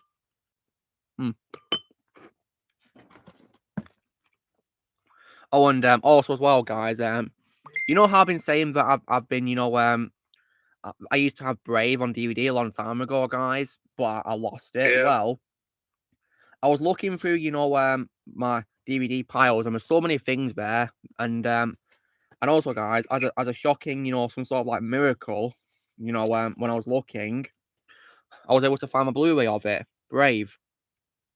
I was able to find it. Nice. So I'm probably going to give it a watch. I mean, would you guys say it's worth watching, Brave? It's decent. It's not really great. I haven't seen it in years because the last time I saw it, it bored me out of my mind. Oh, it was boring. Not a fan of it. All right, well, I'll give it a watch and give my full thoughts on it because I remember trying to watch it once and I got bored. I nearly fell asleep watching it, so I turned it off when I was a kid. I say we watch Toy Story instead. Oh, and Don. I have quite sad news for you, Don. Yeah. A long time ago, we used to get like Predator films, and you know how I've been saying that I should get Predator 2018. Well, the thing is, unfortunately, I don't need to because sadly, look what was in my piles. Oh no. Yeah, but you know what I'm going to do, Don, because it killed my interest in Predator. I'm going to do this to it. Yeah. You punch it. Yep, because it's trash, isn't it? Yep. Full of trash. I would have bashed it with a hammer. So that means I can rewatch it in the future. So yeah, You should have burned it in your garden. Burn it, every copy of it. As Al Yeah. Pacino would say, of course, yeah. Burning things. Here's the thing, Blaze. I need a Kind of fire. reminds me of what George Lucas said about the Star Wars Holiday Special. Yeah, because if I could hunt down every copy, he wants I to would destroy it, smash yeah. it. I can't blame George. Holiday Special was also garbage as well. Yep. Yeah, I'm not gonna lie. If I made that or was in it, I'd definitely just try and do my best to forget that ever happened. Yeah, probably best because it was garbage, yeah. I never saw I it. still have it amongst all the Star Wars movies that I have on my hard disk. Oh, nice. The highest quality that I could find, which, let me tell you, wasn't easy. And what is the highest quality you was find, Patrick? Was it like HD or 4K? No, I think it's still roughly 480. Give me a second. That's not bad. 480p is not bad. As long as you can see it, of course. Give me a second. How high quality is this thing? Well, I'm not watching Prey because Predator 2018 killed me interest in Predator, and also based on what I've heard about Prey, it's not even that good, is it, Don? No, it's so overrated. It's like a Rotten Tomatoes score, a higher Rotten Tomatoes score than Predator 1987. What? Okay, no, it was 360. Oh, wow. That's the best quality I could find. That's all right. As long as you can see it, of course. That's the main thing, yeah. Hey, by the way, does Terrifying Tales count as a Star Wars movie? It's like a special, isn't it? Apparently, but I'm not seen it. Good. I'm gonna try and get that one too. I refuse to watch that movie. Apparently, it messed up the timeline a lot more. It was so bad. Yeah, the Yeah. Lego Star Wars Holiday Special was awful. Well, I'm not watching either because I'm done with Star Wars. Yeah. Look, in Terrifying Tales, they ruined Luke even more. Oh dear. Do you want to know how Holiday Special is worse than the original one? Why is that, Ozzy? Time travel. Yeah, I suppose that is one thing because thankfully in the original one there isn't time travel. Yeah, the characters based. And thankfully in the original version, Luke is still likable in the original version and not who he is in the Holiday Special, of course, is he? Or Terrifying Tales, is he, Shadow? Yeah. Yeah, Luke is definitely better, right? And Han is also more likable as well in the 1978 one as well. I think I have almost every Star Wars movie. I have the Lego Star Wars Holiday Special. I have the Summer Vacation one. I have the Empire Strikes Out. I have the Padawan Menace. I have Rogue One. I have Solo. I have Phantom Menace. I have Attack of the Clones, Revenge of the Sith, A New Hope, Rise of Skywalker, Empire Strikes Back, Return of the Jedi, The Force Awakens, The Last Jedi, The Clone Wars, and the Holiday Special. That's a lot, yeah. Yeah, we again, I think Sea of Chucky is the worst Chucky film in my opinion. Yep, yeah. It was garbage. That's everybody's least favorite. Yeah. I heard that apparently it's universally hated by fans of the franchise, and I'm definitely one of them who hates it. Can't stand that movie. It was garbage. Yeah.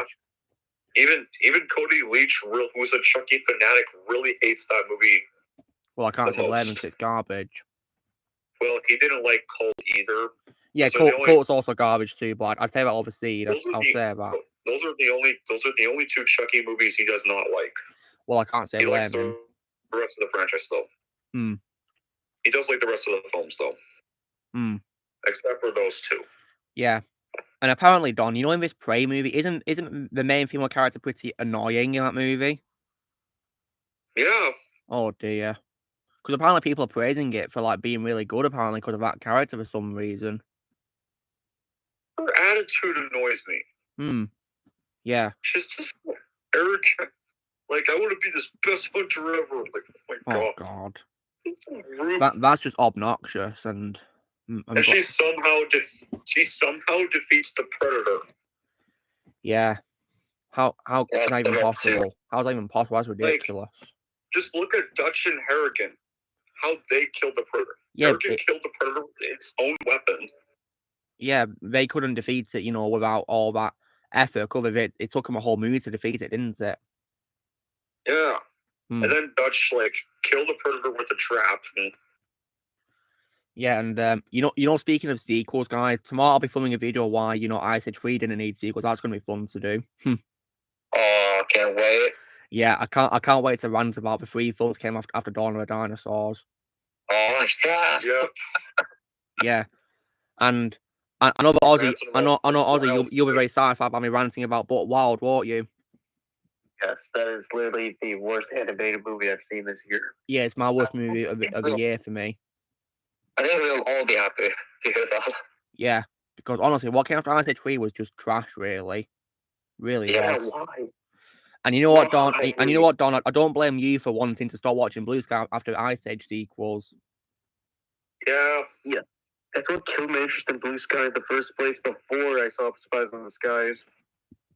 Yeah, Spies in the Skies was That's why I great. didn't see Fern yet. Of course, was pretty much the sign I was just done with their crap. Yeah, of course, was the nail in the coffin for me. Ferdinand was, better than the Ice Age sequels, thankfully. Has a third voice for John Cena, actually, guys. Plus, also, I've been like watching YouTube videos lately about the Ice Age franchise, and nowadays everybody agrees that they should have stopped at number 3. Yeah, everyone does. Yeah, pretty much. Yeah, I mean, because the third one had a phenomenal happy ending, didn't it? Yeah, there's no sequel baiting at all the end of the third movie. Yeah, because what came after the third movie was just so incredibly stupid. And also, guys, I also really hated Peaches in the films too. Peaches. Yeah, I think she's worse than Crash and Eddie, who I used to hate, but I don't hate them nowadays. Like they Yeah, we're saying, Don. Luke? What's up, Patrick? like they were like Crash and Eddie were like big bad qualities with the sequels. Yeah, I think the sequels ruin those characters, and they also get ruined in Butt Wild because despite being a Butt Wild movie, it focuses more on them characters than him, Yep. which is just incredibly stupid. Yeah. Anyway, you were saying, Patrick? I'm actually kind of curious. Which Star Wars movie do you think has the absolute most convincing special effects? That's a very good question because I think they all are very good ones done by Industrial Light and Magic. It's hard to say, really. I think Very hard. Revenge of the Sith. Yeah, Revenge of the Sith is brilliant. Yeah, really is. Either Revenge or Empire for me. Me, I honestly have to say that as much as I hate them, I think the sequels have the most convincing special effects because I think it's a good mix of CGI and practical effects. I suppose the cinematography is decent, but they're still trash films. The trashologies, I nickname them. Yeah, honestly, I think when it comes to the sequels, I think honestly, outside of some of the acting, the writing, and directing, everything else is pretty good in them. Cinematography, special effects, set design, most of the acting, not all of it. And the music, with the exception of the third movie, is pretty good in them. Yeah, because for some reason in the third film, wasn't very much new composed stuff. It was just reused stuff most of the time. Nothing really new, sadly. Yeah, and not really good reuse either. Yeah, they weren't really creative in picking the right, music for the scenes, in my opinion, really. I think it was quite underwhelming. Yeah, but I definitely think the special effects were great in those movies. Yeah, the effects are fine, but all the about the bad stuff, really, to be honest. Yeah, I saw a Child's Play remake, yeah. It was just, between mediocre and bad, to be honest. Yeah, I didn't like it either. I just didn't like it. I think the remake is the most overrated film in the franchise. Yeah, and the only good thing about it, in my opinion, is Mark Hamill, and that's it. Yeah, almost every every one of the grown-ups in that movie was so annoying, rude, unlikable. And is it me, Don, or did we try to rip off Stranger Things in that movie? Yeah, they literally ripped off both Stranger Things, and they kind of ripped off it. And also, Don, there's also a scene that I had to fast forward because it was pretty traumatizing, Don. It was that, I'm guessing it's the one with the cats. Yeah. Hated that. Yeah, I would. Yeah, I can't believe you actually had to do that. And as a person that loves cats, it just really upset me. That's why I fast forwarded it. Yeah, Andy was pretty much the only good qualities I have were Mark Hamill. The scene where the boyfriend finally dies. Because he was because he was kind of tied with Aubrey Plaza's character as the worst character in that film. Oh yeah, no question. Hated the boyfriend. At least the boyfriend died in that film. I will say that. Yeah. I mean, is there anything more satisfying than seeing an annoying as hell character die in a horror movie? It is satisfying, isn't it? It is. I kind of wish Aubrey Plaza's character died. She was also annoying. Yeah. Yeah. And so, Patrick, when it comes to Netflix, because we were talking about one show, have you seen a show on there which is, Resident Evil on Netflix, Resident Evil live action show? Because I heard that was really bad, Patrick. Haven't seen it, but I also don't have Netflix, though my sister does. Yeah, because I've heard nothing but bad news about it, and based on the trailers for it, and it just looks absolutely rubbish, and don't know also pretty bad about it, Patrick. Then again, like I said, I haven't seen Evil Dead to begin with, so I don't think I would have been interested in the first place. In the second episode of the Resident Evil show, they mentioned COVID, Patrick. They mentioned COVID. Okay. Which is just a dumb move, because when you watch Netflix, you're trying to distract yourself from the situation of COVID, aren't you? Yeah, I suppose. And honestly, the show is just absolutely abominable, and I'm glad that I didn't watch it. And plus, in the penultimate episode of the show, guys, they introduced the real Albert Wesker, who's not a clone, the actual Wesker. And the thing is, he looks way too much like Blade. He looks like Blade. I can't believe they did that. And that's because he's played by Lance Reddick, who's black. Lance Reddick, he's black, and they gave him like a jacket and a hairstyle and sunglasses, and he looks like Blade. So yeah, miscast. Like nothing like Albert Wesker at all, which is insulting, because he's my favorite character in Resident Evil, guys. Albert Wesker. Never really cared for Resident Evil much. Well, I can see why, Don, because of those bad films, eh? Yeah. You should watch the show Infinite Darkness. Way better. Yeah, I might do. Yeah, I mean, Resident Evil Blade. Like, Resident Evil just never interested me in the first place. Yeah, it's understandable. Oh God. And no, not because of the movies, it's because of the games. Yeah. Yeah. Resident Evil has some bad games. Yeah, but the games are better than the films, I'll say that. I agree with that honestly, too, but guys, I right, just don't care for the games. when I say Blade, right, I literally mean, Blade himself. Yeah, look, that's Blade. It's Blade. Like, can you believe the show had the guts to do that? That's Oh my goodness. What? He looks like Blade. What The crap? Yeah, That doesn't look like Wesker at all. what are we thinking? Crap? What? Yeah, it's stupid, isn't it? I have so many questions. Yeah. Like, because rather than thinking about Albert Wesker, I'm thinking of a Marvel superhero here. It's ridiculous. And it's also sad because I think Lance Reddick would have been a pretty good choice for Blade. You know that? I think he'd been a good choice for Blade, Lance Reddick. Can't even tell if that's intentional or if it's just stupidity. I think it could be both, Patrick. I don't know. But guys, when it comes to Lance, I like him as an actor, but I think he was horribly miscast as Wesker. But personally, guys, I like him. My favorite role of him is Sharon in the John Wick films. That's my favorite role of Lance Reddick. Sharon. Yeah. Yeah. Do you guys know who I mean? Yeah. No, because I haven't seen John Wick yet. Yeah, John. Do you know who I'm talking about in John Wick? Lance Reddick's character Sharon. I think I do. Yeah, he's a receptionist in the hotel. Yeah, the receptionist. Yes, that's yeah. Yeah, and would you say that's your favorite role of as well, Don? Yeah. Yeah, because he's a pretty cool character, isn't he? Really is. Yeah. And also, Patrick, just out of curiosity, do you plan to check out Sonic 2 yet? I haven't even watched the first one yet. Well, I'd recommend going for it because they're definitely worth a watch. I've heard good things. Yeah, and in my opinion, the second one's better than the original, in my opinion. Yeah, wait. Yeah. Absolutely mind blowing in my opinion. The second one was. And it's pretty rare in of itself these days that you get a sequel that's better than the first one. These days, yeah. I mean, there are some like old examples of sequels which are better in my opinion. Old ones.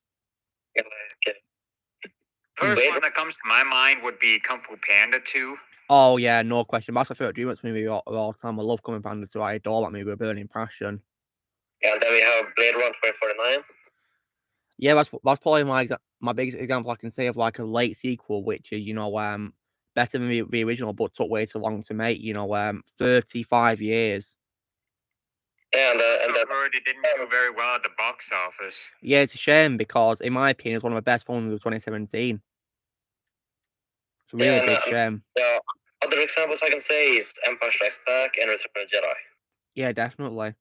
And I think another example of a late sequel, guys, could probably be Top Gun Maverick as well, which was better than the original, in my opinion. Oh, yes, absolutely. Yes. For all you guys have seen it, have you got a favorite character in most films?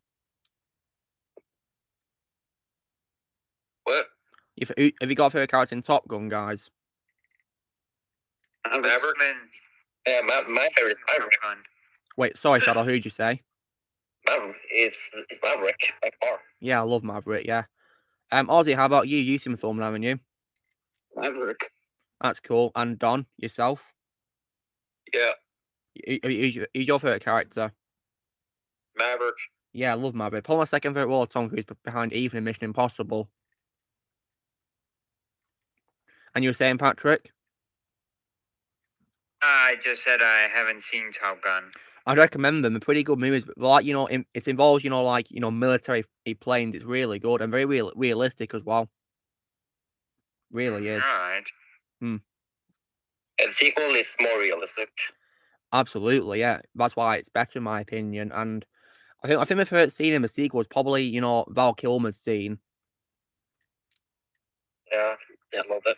It's a very powerful scene, even though it's Val Kilmer's, because Val Kilmer only had a cameo appearance in the sequel due to his ill health. So yeah. But it's a very powerful scene, the Navy needs Maverick. Just our question, Don. What's your favorite scene in Top Gun Maverick? I think I liked the whole movie. Yeah, I mean, have you got a favorite Especially scene? Val Kilmer's scenes. Yeah, Val Kilmer, yeah. So, when it comes to DreamWorks, yeah, Kung Fu Panda 2 is my favorite out of that whole franchise. It's just an absolutely beautiful movie in every way. Really is. And just I have a question, Patrick. Did you love Gary Oldman as Lord Chen in that movie? Oh, yes. I thought he was great. Yeah. Frightening as well. Evil. Yeah. Yeah. And, so, just absolutely amazing movie, in my opinion. Yeah. In my opinion, the best DreamWorks movie. I love Kung Fu Panda 2. I think I gotta go now because. Well, that's all right, I need to Patrick. take Yeah. care of some stuff. Yeah, and make sure you get plenty of rest. Yeah. All right. Yeah. See ya. All right. Take care, Patrick. It was nice to have you here. Take care of yourself. Bye. Take care. That was fun, wasn't it? Yeah. Talking to Patrick, yeah, he's a great guy. So, guys, when I'm talking about, things which are pretty bad, do you guys reckon it's laughable that Blade's in Resident Evil? Yeah. Yeah. Because when I start talking about Blade showing up in the show, I just start laughing because it's just laughable. Just like, crap. Is this supposed to be based on a video game or a Marvel character? What? Yeah, it makes no sense, does it, Ozzy? It doesn't. Yeah. That's because the creators of this show is so stupid. Yeah. And also, guys, this is also pretty heartbreaking, but they actually mentioned Zootopia, but in a very bad way. Oh, God. Yeah. In a very inappropriate way, too, so I can't say it's on here, but it's very inappropriate. So, yeah. And also, as well, in the news, guys, I've also heard from the news that apparently She-Hulk is still being a trash show. Of course it is. Yeah, of course. I have not been keeping up with She-Hulk lately, and I honestly really don't care. Well, I'm not watching the show to begin because I'm done with the MCU, and in my opinion, the MCU is dead. Oh, it is by far dead. I mean, honestly, it died when, Phase 4 began to ruin everything. It ruined everything Phase 4, didn't it? Phase 4. Yeah, with this not even planned out multiverse garbage that's not even Yeah, planned. they're rushing it. Like, why are they doing it, only in a couple of years? Whereas the Infinity Saga was 11 years, guys. 11. Yeah, it had massive build-up. Yeah, whereas this Multiverse Saga's been very badly rushed, and it's not gonna work at all. It just came out of nowhere. Yeah. Honestly, I think people watching it are wasting their time because they're going to be disappointed. They really are. They should. Yeah, they are. Here's the thing: if they wanted to make their multiverse saga, they should not have it connect to the Infinity Saga and just create a new one. Yeah, we should have started from in a new franchise, couldn't we? Really, which ignores the Earth, which the MCU takes place on, couldn't they? Yeah, that literally would have fixed everything and would have kept people's interest going. Exactly. But no. Yeah. Oh, of course, you have to ruin every single Marvel character that we love. Yep, and I have no doubt that this Shield show is going to ruin Daredevil. Yeah, we've already confirmed it. Yeah, because they confirmed he's going to be light-hearted, which is not his character at all. No. So instead of watching that garbage, I'm just going to watch the show, which I got on Blu-ray this week. Like seriously, what's Daredevil gonna do? Beat up Kingpin and then give him a gummy bear? Probably, yeah. Well, they turned Kingpin into a joke, so why not the Daredevil? Yeah. Yeah, because the Hawkeye show ruined Kingpin, didn't it, Shadow? It did. I can't believe he had to do that. They did into an annoying coward. Yeah, they made him a coward, didn't they? Yep. And pretty bland too, didn't he, for some reason, compared to how intimidating he was in the Daredevil show. Yeah. I mean, I've already shown you guys what I'd have said if I was Kingpin in that scene. Yeah, and the fact that he got beat up easily by Kate Bishop, nah, I'm not taking that. Ridiculous. Like, I mean, Jon Snow, I would have probably said if I was Kingpin meeting, her mother in that scene when he first appears. Yeah, sure. When he'd walk through, guys, he'd stomp through pretty angry, menacing, of course, like he's in the Daredevil show, right? Yeah. And rather than be so happy, he'd be menacing and he'd be like, "Oh no, Bishop." That's how he'd introduce himself to her, saying that to her. Oh yeah. Yeah, she'd of course say, Mr. Fisk, and then he'd be like, "I have very, very important meetings to attend to, Eleanor, and you're delaying me. What do you want?" That's what I'd do. Honestly, it's so sad that I could do better scripts than that bloody show. Isn't it? That's so sad. I guess for Kingpin, I guess you could say, "Look how they massacred my boy." Yeah, that's like a meme, isn't it, from Godfather, isn't it, Don? It's like a meme, isn't it, now, isn't it, that quote? Yeah. And speaking of Godfather, Don, you'll be very excited for Tuesday, I can understand, because I'll be ranking the trilogy on Tuesday. Sweet. And I know you'll be looking forward to it. And just so you know, Don, I talked positively about the third movie, in case you're wondering. What was that? You'll be happy to know that I also talked positively about the third movie as well. Positively about it. Yeah, same here. Because in my opinion, it doesn't deserve the hate. No, it doesn't. Because the only bad thing about it, in my opinion, is probably, Mary Corleone, and that's it, really. Yeah. And yeah, she's annoying. And I think also the helicopter scene, in my opinion, doesn't really make much sense either. But that's probably about it, really. Still a decent, good movie, and in my opinion, the best way to end the story of Michael. Yeah. And just so you know, I don't plan to own the new version, director's cut of it, because it changes the ending, doesn't it? Yeah, it sure does. So that's why I'm probably going to keep it, as I have on DVD, really, the original versions.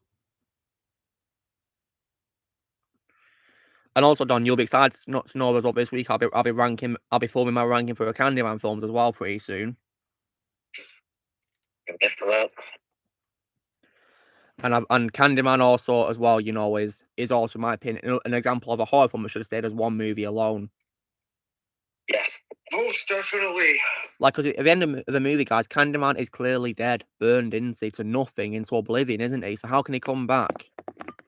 Yeah, he's not Freddy or Jason or... Yeah.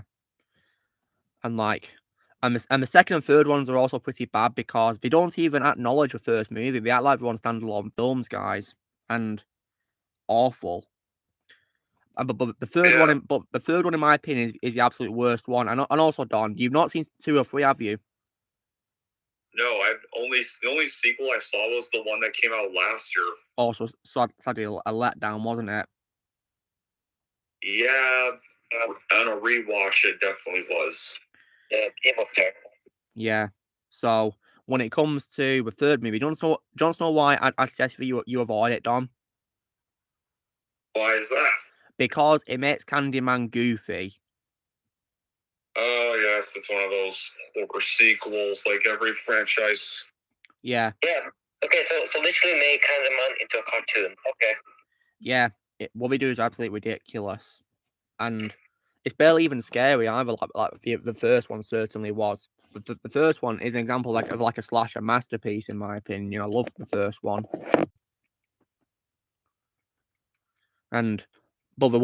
but I don't even see the point of them doing sequels because it also makes Virginia Madsen's character's sacrifice pointless as well. Yeah. Because at the end of the first movie, she sacrificed herself to destroy Candyman, but by bringing him back in the sequels, it makes the sacrifice all pointless. So yeah, that's why I wish he didn't do sequels to Candyman. Yeah. With other horror icons, you can tell more stories of those characters, can't you? But not with Candyman. Yeah. Another example could also be with regards to Michael Myers, because in my opinion, he only works for 2 films. Same with Leatherface as well. When it comes to your rating of Halloween, Don, how would you rate Halloween 2 from 1981 now? I would rate it 8.5 out of 10. So would you say it's now your second favourite out of the franchise after the original? Yeah. Yeah, same. Because in my opinion, Halloween 2 is the true end of the franchise. Definitely. Yeah. Yeah. And I think Halloween 2 for 1981 is really overhated. Well, in my opinion, I think it's a very underrated movie, but it is, in my opinion, the second best of the franchise. The same could be also applied to TCM 2 as well, to the Texas Massacre franchise. Yeah, like these horror sequels have a certain film where their franchises should have stopped. Like for Friday the 13th, it should have stopped with Jason Lives. Yeah. For Nightmare on Elm Street, it should have stopped with 3 Dream Warriors. Yeah. And with Chucky, it should have stopped with Curse. Yeah. Curses, and Curtsy with Randy was definitely a great end of the story. Well, yeah. Well, if you view the post-credit scene as the actual end of the movie. Yeah. But sadly, of course, Colt didn't, make that to be true because it shows that he's kept Chucky's head as a pet, hasn't he? Oh god. Yeah, Call of Chucky was pretty much a big Alien 3. Yeah, it on was. A lot of stuff. I'd take it not. They pulled an Alien 3 on Alice. Yeah, I hated that, and they also ruined Andy as well, which I also hated. They basically pulled the Last Jedi on Andy. But Don, does the show make him better? Yeah, he's more useful in the show. He's one of the best things of the show. Well, I'll be sure to watch the show when I can, because I got a steelbook of it, didn't I? Season 2, I'm a little worried about because they're going to be bringing back the twins from Seed. Oh dear, that's not good. I already hate that. Yeah, I saw them in a trailer. I was like, no. I had the same reaction. I was like, no, don't bring them back. No. I don't even watch the show. Yeah. Because the remake killed my interest in the rest of Child's Play. That's understandable, Ozzy. And everyone's like, the remake was good. I don't like it. Me neither. The only best part of it was Mark Hamill. Yeah, people keep bugging me to watch the show, and I keep telling them, no, I don't want to watch it. People should respect your opinion also. Yeah. Yeah. If you don't want to watch it, don't let people make you watch it. Just, avoid it as best you can. And just ignore them. Yep. And so yesterday I finished Fellowship of the Ring. Yeah, I saw you posted about it. Yeah, that's cool. I've only seen the first film. Hmm. The first Ring. I've heard Ring 2 and Rings were awful. I was talking about Lord of the Rings. Oh, sorry. Yeah, Lord of the Yeah. Rings was an amazing movie, of course, wasn't it? Third movie 2021 as well. Not 2001, yeah. Yeah. So far, I'm enjoying my Peter Jackson rewatch. Yeah, rewatch is definitely really fun, aren't they? And it's so much better than Rings of Power. Mm. Oh my god. Anything is better than the Rings of Power. Yeah. Call them the Rings of Wokeness.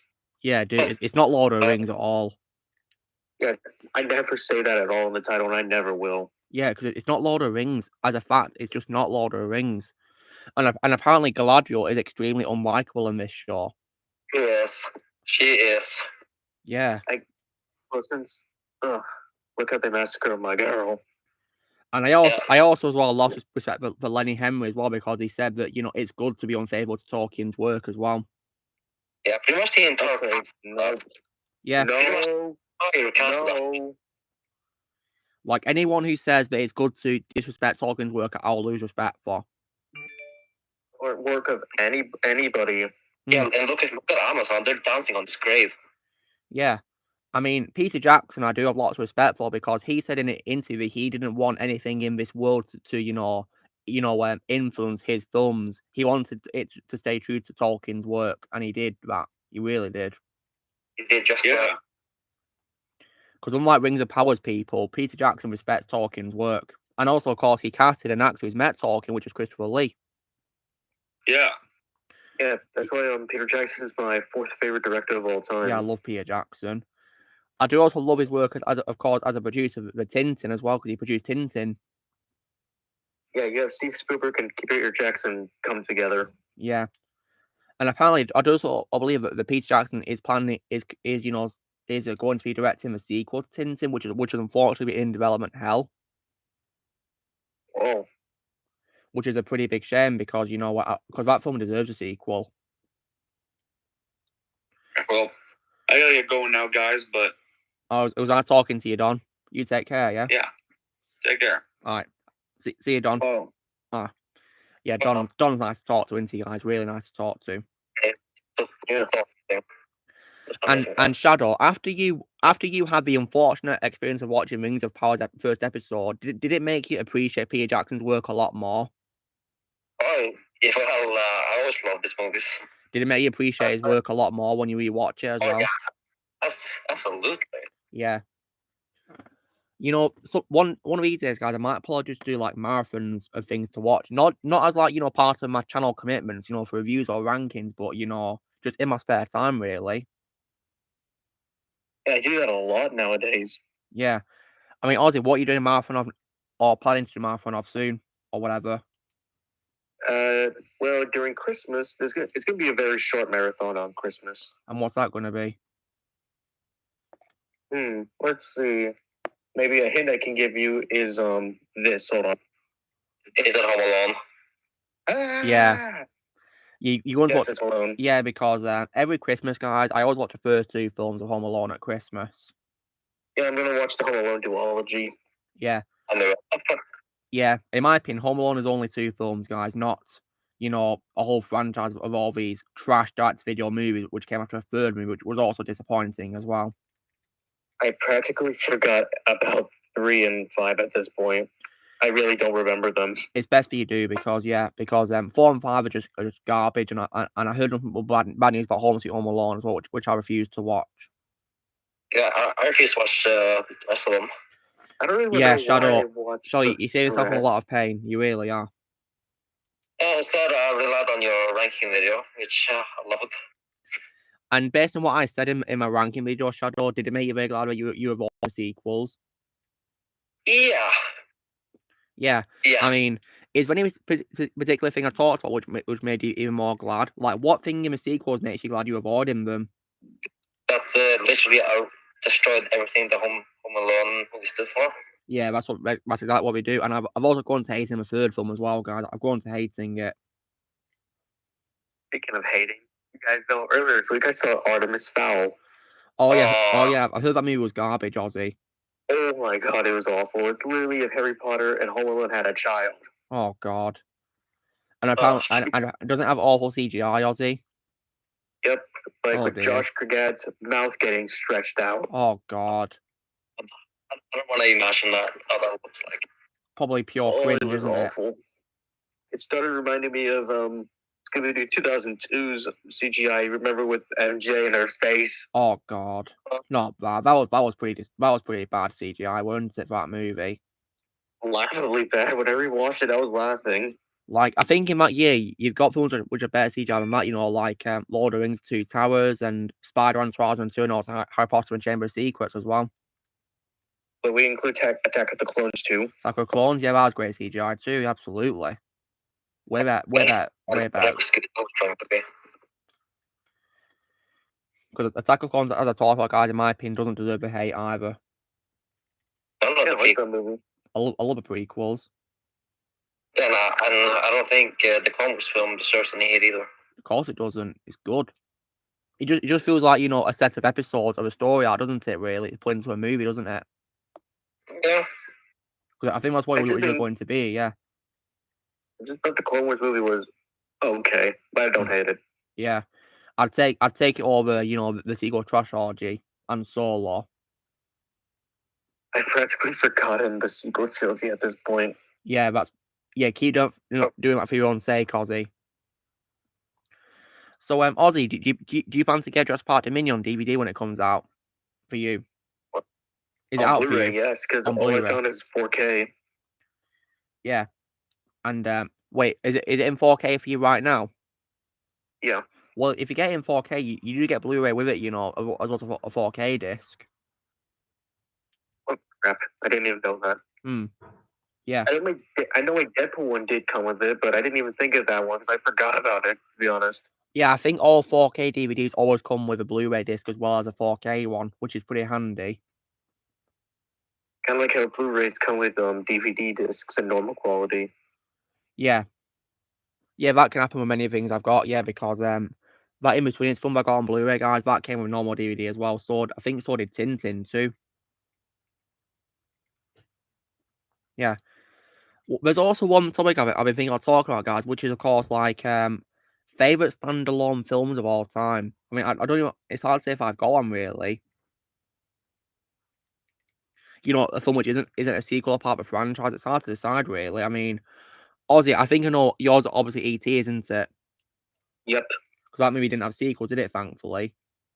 Yep. And for animated, it's kind of hard to decide. Yeah. Shadow, how about yourself? Have you got a favorite movie which is standalone? Well, one movie that I think is absolutely fantastic, it's not really my favorite, but it's a 1940s film called Citizen Kane. Citizen Kane? Citizen Kane, which I think was really good. Never seen that movie. Oh, you should. Pretty good. Yeah. It is pretty amazing as well how I give a majority of Spielberg's films 10 out of 10. Pretty amazing, isn't it? Yeah. Just a question, Ozzy. Did you have a chance to watch Catch Me If You Can recently? Wait, what? Did you see Catch Me If You Can, the Spielberg movie? I couldn't because things got in the way. Oh dear. So when it comes to what you're planning to watch soon, do you know what you're gonna be watching next? I do want to do West Side Stories as well. Yeah, that's by Spielberg, isn't it? Yep. There's also hold on. I gotta think of the other things I was planning to watch. I think West Side Story is one of those few Spielberg films in which John Williams didn't do the music for. Yeah, it's one of them, along with Ready Player One. Yeah, I believe John Williams also did not do the music as well for the Twilight Zone movie, and also as well for a movie starring Tom Hanks called Bridge of Spies. I think it's called, yeah.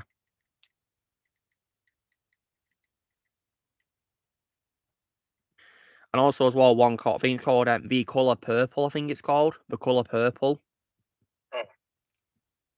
Yeah, because John didn't do the music for 5 Spielberg movies, but everything else he did do music for. Yeah, for Bridge of Spies, it's composed by Thomas Newman. Yeah, Thomas Newman. Yeah, I've heard of. I don't know. If I've heard his music for the films really, to be honest. Checking his. Oh, he did Wall-E. Oh yeah. Well, that's one. I love using it for Wall-E. And the Finding movies. Oh, that's nice. But my favorite Pixar composer of all time, guys, is Randy Newman. Same here. Yeah, because of Toy Story. Yeah. I think second favorite Pixar composer would probably be Michael Giacchino. Oh yeah, he's great as a composer. Yeah. Honestly, I think Randy Newman's the true composer of Pixar to me. Of course he is. Yeah, I definitely love his songs too, which he sings. He's got a great singing voice, hasn't he? Yeah. And I think you guys can guess my favorite song of his as well, right? Yep. You got it better than me. Yeah, iconic song, isn't it? It is. It's also the theme song to Toy Story. The true theme song, yeah. It's a shame that he didn't sing it for a second film, isn't it? Because in the second one, I think it was Wheezy that sang it at the end, wasn't it? Wheezy. Yeah, it was Wheezy. Yeah. But I think you can also hear Woody singing it in his roundup show as well on the TV. Yeah, before he changed his mind. Yeah. Wouldn't we get if we heard Randy singing it again, though? That's one of my feedback quality with a second movie. At least it came back for Toy Story 3. Thankfully, yeah. I think he also sang it for the intro to 4 as well, but yeah, I of course don't care about 4. Yeah, nowadays I don't like it. Yes, it was just only the cash grab. I think Toy Story 4 is just overrated. Sorry, overrated. Yeah, it's overrated. Yeah, overrated as hell. Would you say it's the most overrated Pixar movie? One of them, I can say. I would give that to Turning Red. Yeah, because for some reason, Turning Red has had lots of positivity as well. And also, Ozzy, you'll also be sad to know that when I was at the DVD store called HMV today, I saw it on Blu-ray, Turning Red. Well, I saw it at my video store too, and I just gave it the finger. Yes, I just gave it middle finger and walked off to go and get the classics, which I showed you earlier. Yeah, same thing with Misdirections, which I found again. Yeah, I saw that too. That also got the middle finger on me as well. Jesus Christ. Do they not understand that people hate that movie? Yeah. They tend to sell lots of films no matter what people think of them, don't they? Yeah, because I did find the Die Hard 5 movie. Oh, God, I hate that movie. It's only Die Hard one that I don't own. I found that earlier today. And how did you react to it, Ozzy? I was like, oh, F off. Yeah. Because you're not even seen the 5th movie, have you? No, and I don't plan to. Oh, yeah. Good, awesome, good. If you want to, just watch the first 4 films of Die Hard. Yeah, I'm gonna wait till Christmas to do the first one. Yeah, the first 2 films are set at Christmas time. Yeah. Yeah, but there's some movies I could really care less that take place during Christmas, like The Revenge. Oh yeah, The Revenge. Yeah, the Jaws 4. Yeah, that was at Christmas, weren't it? That was garbage. Yeah, it doesn't even act like a Christmas movie to begin with. Yeah, but then again, it was trash to begin with, wasn't it? It was absolutely horrible, weren't it? From the moment the movie begins, it goes downhill. Yeah, definitely. Also, this is kind of funny. Do you want to know the score on Rotten Tomatoes for that movie? Go on, what is it? 0. Well, I can't say I blame them because it's garbage, isn't it? Yep, and also I just noticed you had a spammer. I just blocked it, don't worry. I hate those things. Yeah, me too. It's really annoying. Yeah. They tried messaging me on Instagram a few days ago. Trust me, we're achieving nothing by doing what we're doing. We're achieving nothing. Yeah, they're trying to hack the account. That's the thing. Yeah. Ozzy, you know how you did a video showing your MCU Blu-rays, didn't you? Yeah. I might do a similar thing in future where I show my Blu-rays for other big franchises too, as well as MCU, like DCEU, stuff like that. Oh, nice. Yeah, might do a similar thing, yeah. Yeah, I also crapped on Eternals. Yeah. And you also said, of course, that don't talk about Thor: Walk and Blunder as well when you talked about the first Thor film, didn't you? Yep. But Ozzy, I think you had a bit of a problem because you said don't get started on Thor Ragnarok by mistake. Oh crap! But don't worry, I knew you were talking about Walk and Blunder. Don't worry, I knew you were talking about Walk and Blunder. Oh, that's not the first mistake I've made in my videos. Because when I did the Slave 1 review, I accidentally called I called Mando Boba, I think, or was it the other way around? Oh no. I was like, crap. Hmm. I was just like, I already filmed it. I'm not going to reshoot that. Yeah. And plus Ozzy as well. Do you also plan to watch RoboCop one day? Yeah, I'm just going to wait till it comes to streaming before I buy it on DVD or Blu-ray. Yeah, please do. It's an absolute masterpiece in my opinion. Yeah, I just had to give its neck a figure RoboCop, and I also have a director's cut of it on Blu-ray as well. It came with like a big poster for a movie, and also like cards which show pictures from the movie. Nice. And don't worry, I don't plan to watch the sequels. Yeah, because in my opinion, RoboCop is only one movie. Yep.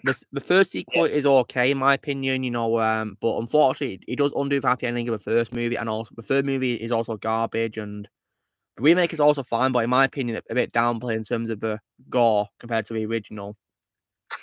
Yeah, the first one is the only one I'm ever going to rewatch. Yeah, just rewatch that, Shadow. Because I seem to remember not liking the remake that much. Yeah. Sometimes it is best to definitely stop at a certain point, yeah. This is definitely no exception to RoboCop, isn't it?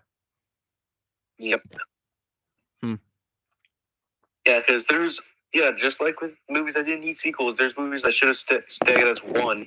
Yeah, one of them, of course, being RoboCop, and Cars. If I ever do an example of like a film of top worst sequels of all time, guys, I will definitely include Independence Day Resurgence as one of the worst sequels of all time. Yep, that's because it is. It's garbage. But I would much rather watch Resurgence over the sequel Trilogy anyway. Yep. Yeah, screw sequel Trilogy. I think I'd probably put them together as like, another example of worst sequels, all together as like in one placement, guys. Not just, 3 placements each, just one placement for all 3 films. Yep, all in one bundle. Yep. Because as a whole, it's crap. Yeah, garbage. And I would also, my worst sequel of all time now, of course, would be, Texas Chainsaw Massacre: Next Generation. Because in case you wondering, that's also my worst movie in my life now, even worse than Phantom Force Stick. Wow, that's saying something. Mainly because the script is absolute torture, and also because it has probably the worst character I've ever seen on a screen, which is, of course, Matthew McConaughey's character. You also think it's more boring than Phantom Force Stick? Definitely. That is really saying something. And they also, as well, really ruin Leatherface, the villain. They also really ruin him a lot. Don't know why we ruin him, Ozzy. What did they do to him? They dress him up like a woman. What? Yeah. He's cross-dressing now? What? And also as well, he also whines and squeals all the time, and it's very annoying. Oh god. What is he, played by a child now? Maybe, yeah. But the movie is just absolute garbage. Well, there's no way I'm watching that one now. If you want to get into Texas Chainsaw Massacre, Ozzy, just watch the first 2 films of the actual film from 1974, and then also watch the 2 remakes as well from 2003 and 2006. They're pretty good as well. Yeah, I'll do it when I get a chance. Maybe next month, since it's spooky month. Yeah, Halloween month. Yeah, well, I'll be ranking, of course, Candyman, and also I'll be ranking Hannibal Lecter films as well. Yep, which is literally the main purpose of October, because I literally went into a lot of Halloween stores today. Yeah, but it's weird how they're selling, Christmas things really early, isn't it? Really weird. I don't get it, and I'm just like, fine, it's your business. Yeah. Bonsoir, Venom Comics. So look, when are you gonna watch The Shining? Well, probably next week, Shadow, when I watch Scream. Yes. Also, the Chucky cardboard cutout I said in the chat actually scared me. Well, I can see why, because Chucky's scary, isn't he? Yep. And also, the Michael Myers statue that I found, that one moves. And the good news also, Shadow, is that Dr. Sleep is also on Netflix to watch as well. So I can watch that after I've seen The Shining, of course, can't I? Yeah. I'll also be watching American Psycho as well. with Christian Bale. Yeah, that's another good movie. Yeah. And so far, I'm very glad that I have not watched the sequel. Yeah, I've heard it's finally abominable, the sequel. And just our question, Shadow, does American Psycho have your favourite Christian Bale performance, or is there something else you like Christian Bale more in? My favourite Christian Bale role is Batman. Yes, so far, yeah. And also as well, personally, Shadow, I do like him more as Bruce than Batman due to his voice as Batman, to be honest. Yeah, I guess I could just say Bruce Wayne. Yeah, because I just find his Batman voice hard to understand at times. I think I was probably one of the only few people that was able to understand what he says. Yeah, I understand it sometimes, but most of the time, no. But there are some memorable lines, of course, which I have heard him say, of course, yeah. But most of the time, it is hard to understand. Wait, Blaze, what's going on? Maybe next month, maybe I should rewatch the Tim Burton Batman movies. Oh, see, apparently you have a role now in the. Yeah, you do. You're gonna be voicing Kano. Kano. Yeah, you've got to give an Australian accent, Ozzy. Australian. Well, I'll try my best, mate. That's actually pretty good. Yeah, you can use that. All right then, mate. Oh. What just happened?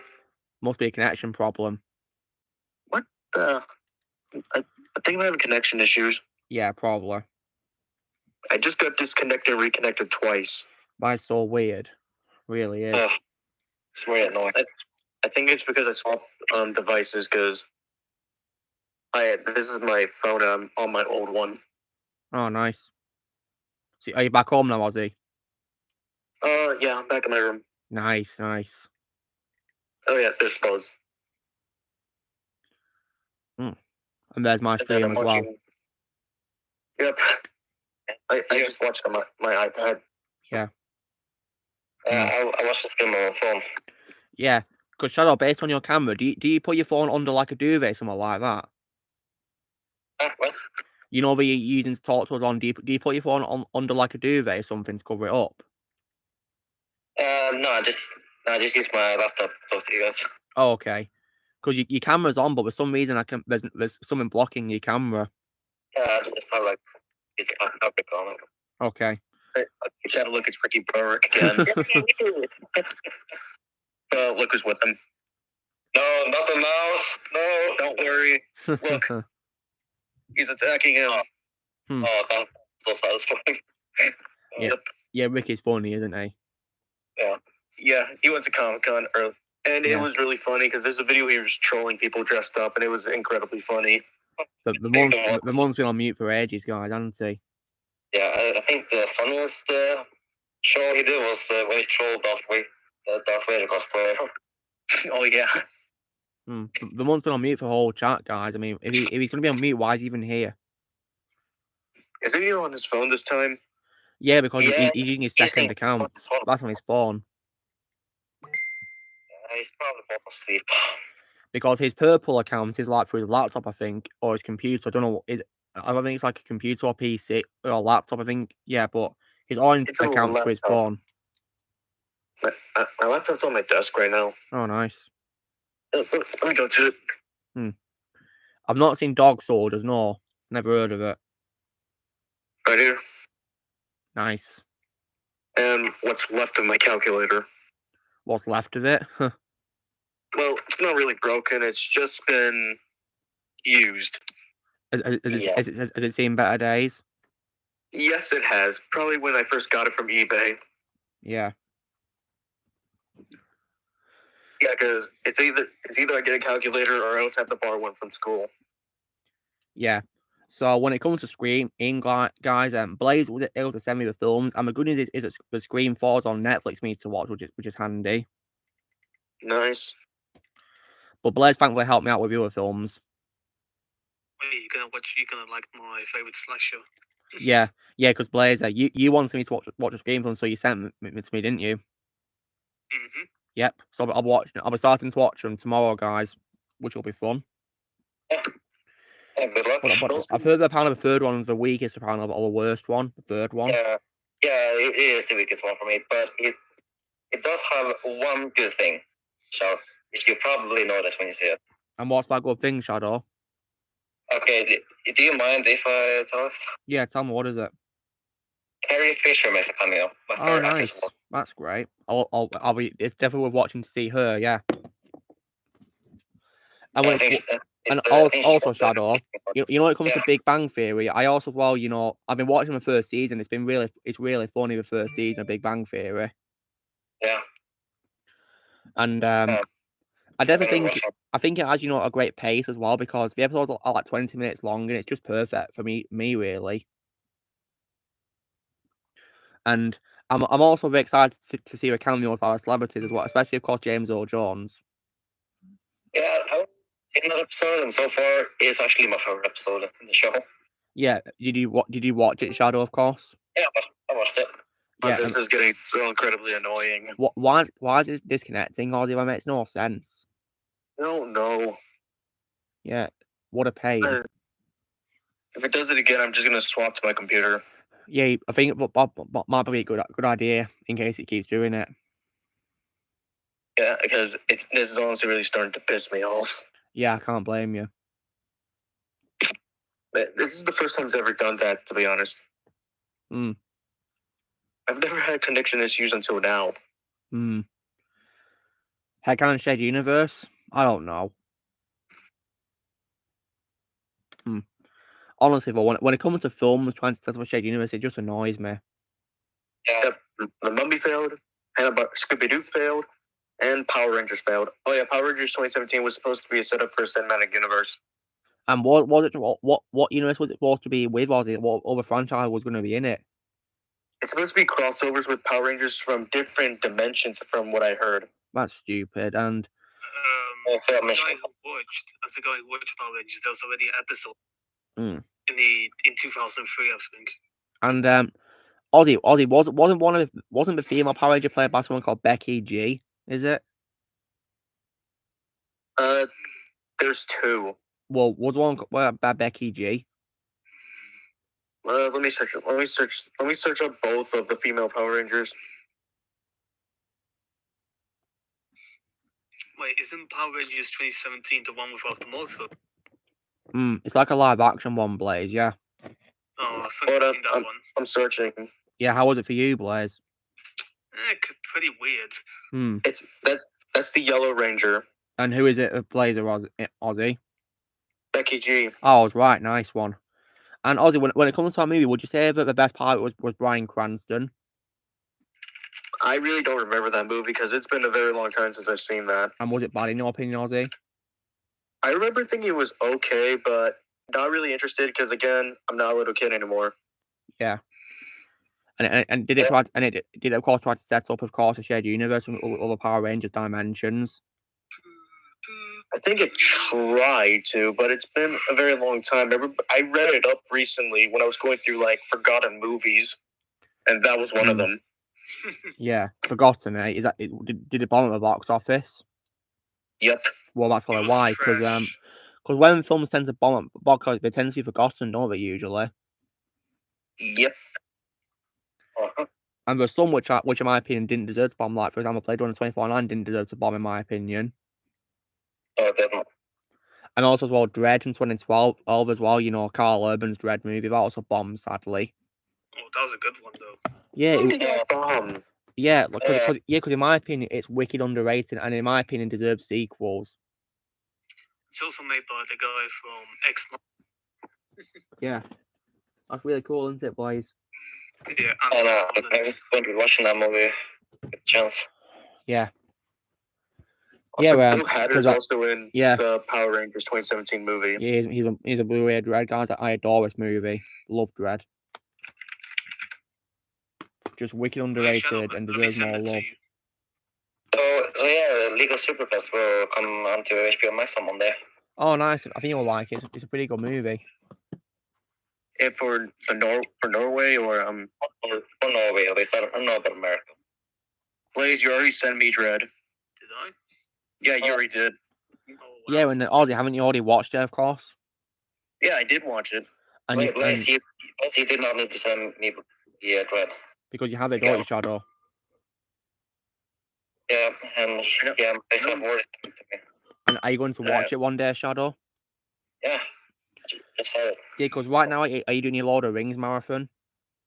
Yeah, I'm doing that, and next week I'll be watching some other movies as well. Yeah. Oh, and Ozzy, you know, speaking of shared universe films, I also saw The Mummy in the store today, and I got middle finger as well. Oh my God! Why are stores still selling that trash? Yeah, I'm not gonna buy. I only own the first Mummy film, and I'm keeping it that way because, in my opinion, Mummy was only one movie. Yeah, for Mummy movies, all I found today was the Brendan Fraser trilogy along with the Scorpion King spinoff. Yeah. Hey, Luke, guess what? What? So, Need for Speed Heat, when it came out, Yeah, what about it? It had 7 months of support before EA stopped supporting it. Oh, really? Wow. And now they're working on another one. How interesting. But the pattern is they will also give up in 7 months. I see. So when it comes So Ozzy, when it comes to franchises you're planning to check out, is there like a franchise you want to watch in the future, like of films, aside from Die Hard this Christmas? Well, Alien, just the first two. Yeah, you're doing the right thing. Just watch the first two, yeah. Please do. Yeah, because after we know Alien 3, I'm not interested in it. Yeah, Alien 3 is garbage. In my opinion, the worst were standalone Alien films, but in my opinion, the absolute worst one of all time is AVP Requiem, the second Alien Predator crossover movie. Yep, that is pure garbage. Mm-hmm. Hey, Luke. Will you be playing the Outlast games? I don't know, but it's pretty scary, aren't they? Oh yeah, I think Shadow will be playing it as well soon. Well, just so you know, Blaze, after I've played Far Cry 6 and finished it, I'll be playing Assassin's Creed 3, then I'll play the Division games. Oh, nice. Yeah. I think Alien and Predator's guest appearance in Mortal Kombat XL is better than the crossover. Yeah. The AVP game, in my opinion, is better than the movies. You know, one Xbox 360, Ozzy. Which one? You know, the Alien vs Predator game for Xbox 360. That, in my opinion, is better than the movies of Alien vs Predator. I was aware about the one on Atari Jaguar, but I never knew about the Xbox 360 one. Yeah, there is. It's a really good game, in my opinion. Better than, it's way better than the movies, the game. So Blaze, I'm going to see if I can play Outlast after I finish Uncharted. Nice one. So I guess we can also add on some crossovers don't work. Yeah. The Mun's back with us. Yeah, on Halloween I'm playing Outlast for YouTube. Nice. The Mun, you've been on mute for ages. Yeah, sorry. And the Mun, I see that you're using your phone this time, aren't you, to talk to us? Yeah, because, last week, the PC situations, I have to get a new PC if I'm going to be able to chat on the other account. I see. That makes sense because your PC was making noises, wasn't it, last week? Yeah, as far as we know. Showing the weird green screen as well. Yeah. Yeah, that was weird. Yeah, I don't know why I was doing that. Probably a glitch maybe or something, yeah. I was just like, what the F? Well, the man told us that his PC is 5 years old. Yeah, it's old. Yeah. So, it's time to get a new one, and I think I will be able to get a new one on Monday. Yeah. That's good. I think. Yeah, nice one. Yeah, there's devices at times like that really need to be upgraded for certain reasons. Yeah. Like my phone from last year, which is the phone I'm using right now to talk to you guys. Yeah. So tomorrow, guys, I'll be rewatching The Last Crusade, and then I'll be starting to watch Scream. Nice. Oh, yeah. I still have to get through those movies. I have them downloaded, and I will watch them once I finish Halloween and get a new PC. Yeah, because after Resurrection, would you hate them when you're going to be watching Rob Zombie's films, aren't you? Yep. Well, good looks. I hate both those movies. But before I do that, I'm gonna do Blade Runner. 2049. No, not 2049. I'm doing the first movie. Okay, good. You'll like the first one. It's good. I didn't get a chance to watch it this week because of my laptop. Oh dear. Hey, wait, So I haven't got to watch any movies besides 2 movies this week on Thursday. Well, does Blair send you films via Telegram, Amund? Yes. You could download guys. you could download the app to your phone. What's up, Ozzy? Oh wait, I have it on my phone actually. Oh, good. What's up, Ozzy? Why did I get a Christmas ad? Really? Oh my. Yeah, look. This is pretty stupid. Yeah, it's orange. I got a Christmas ad for orange juice. What? Tropicana as well. That's just weird. Why would you advertise Yeah, Christmas? It's September. Why? Advertise it for Halloween. What the poop? Yeah, Do these people think that Christmas is now? I also just think it's funny nowadays. Yeah, it's just ridiculous, isn't it? Why? Yeah, it's just we're 3 months away from Christmas. Yep. And It's way too early. And they're already selling gingerbreads in stores here in Norway. How strange. Yeah, they sell Christmas trees in my area. Luke. What Along with Christmas cookies. So I used the website Gigavaker makes his thumbnails up. It's actually pretty good. Oh, nice. Oh, boys, my daughter's here. Oh, is he? Yep. Oh, he is. Hey, my daughter, hope you're doing well. Like some bakery today was selling Christmas cookies already. Yeah. And just, you know what, Darla, if you're wondering what I'm going to be watching next with regards to horror franchises, I'll be watching Scream. That's the next franchise I'll be watching. And after Scream, the next horror franchise I'll be watching after that will, of course, be I'll give you a clue about Darla. Groovy. So yeah, I'll let my daughter guess what I'm watching after Scream. Oh yeah, Luke, well, let me know what you think of the AI generation I just sent you. Okay. Yeah, I guess we can definitely say that Christmas came early this year. Yeah. Way too early. Like I mentioned Christmas cookies already. Yeah. Because you know how Az tweeted about, Resident Evil being, really bad, didn't he, when he first saw it? Yeah. He sarcastically said Christmas has come early. Oh. Because, he's going to be able to rant about something now and have a lot of fun trashing it. Oh, boy. Just out of curiosity, my dog, have you seen Az's rant about, Resident Evil's Netflix show? Because they're definitely really worth your time. Better than the show, of course, as well, in my opinion.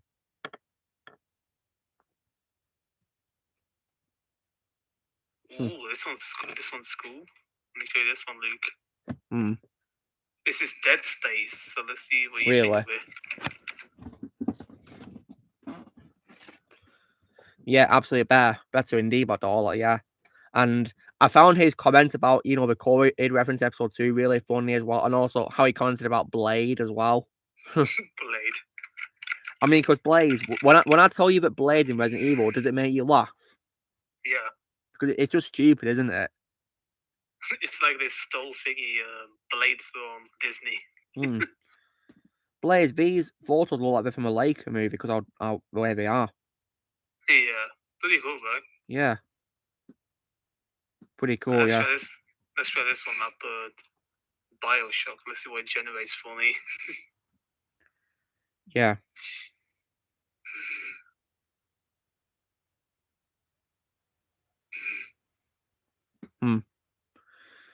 Yeah, like I know they definitely ruined Blade, yeah. By giving him a knockoff in that show, yeah. Ooh, this one's nice. Look at this one, Luke. What?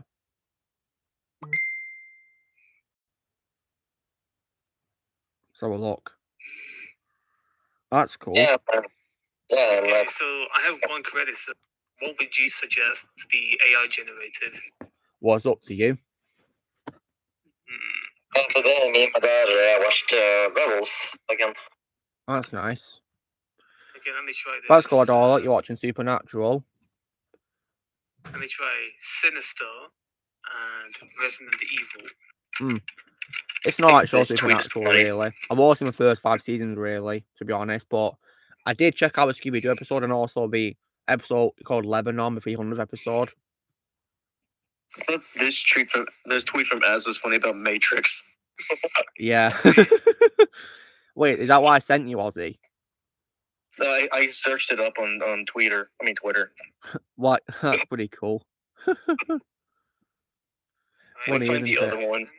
Like Ozzy, how when you saw that tweet, how did you react when you saw it? Oh, I was dying of laughter. And that's literally my reaction to a movie. My thoughts exactly. Yeah, me too. Because I have no idea what that film was trying to be at all. Because it's so trash. I thought the movie was trash in the first 3 minutes. Yeah, that's how bad it is, isn't it, Shadow? Yeah. Horrendous. Especially this one. This is the funniest one out of them all. Yeah. Yeah, when he shuts it off, yeah, to watch a wrestling instead. Neo eating a strawberry. Yeah, she should eat a strawberry, yeah. How stupid, isn't it? I actually have to hop off now. I have to go get dinner. Alright, we be back soon, Ozzy. Hopefully. Alright, no worries. So I'll be finishing the stream in half an hour, just so you know. Alright, I'll see you in the after party if I can make it. Alright, no worries. Wait, what do you think of this one I sent you? What, Blaze? Another AI generation. Well, yeah, they do. Yeah, it's very good, isn't it, Blaze? How it's made by AI. Really good. Let me try this one. Let me try Chucky. Let's see what it generates for me. Yeah, you're right, but sometimes it's best to leave a video game as they are, yeah. Don't make adaptations out of them, because look what's happened. There's been absolute garbage, hasn't there? There's always garbage. Yeah.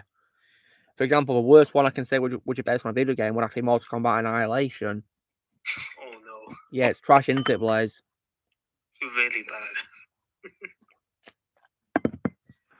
And just so you know, that Dollar, I now also regard Texas Chainsaw Massacre Next Generation as also the worst one I've ever seen in my life as well. You know, the fourth Texas Chainsaw one with Matthew McConaughey and Renée Zellweger. Worst movie I've ever seen in my life. It's just trash. I'm pleased to share with you guys that I'm almost finished with The Office. Oh, nice. That's cool. And Charlotte, are you using Netflix to watch it? Yeah, I am. Nice. Is that also how you watch Big Bang Theory as well? That's on HBO. Oh, nice, because it's on Netflix for me, so yeah. How do I create stable? But yeah, today's been a really good day. Been a really fun day.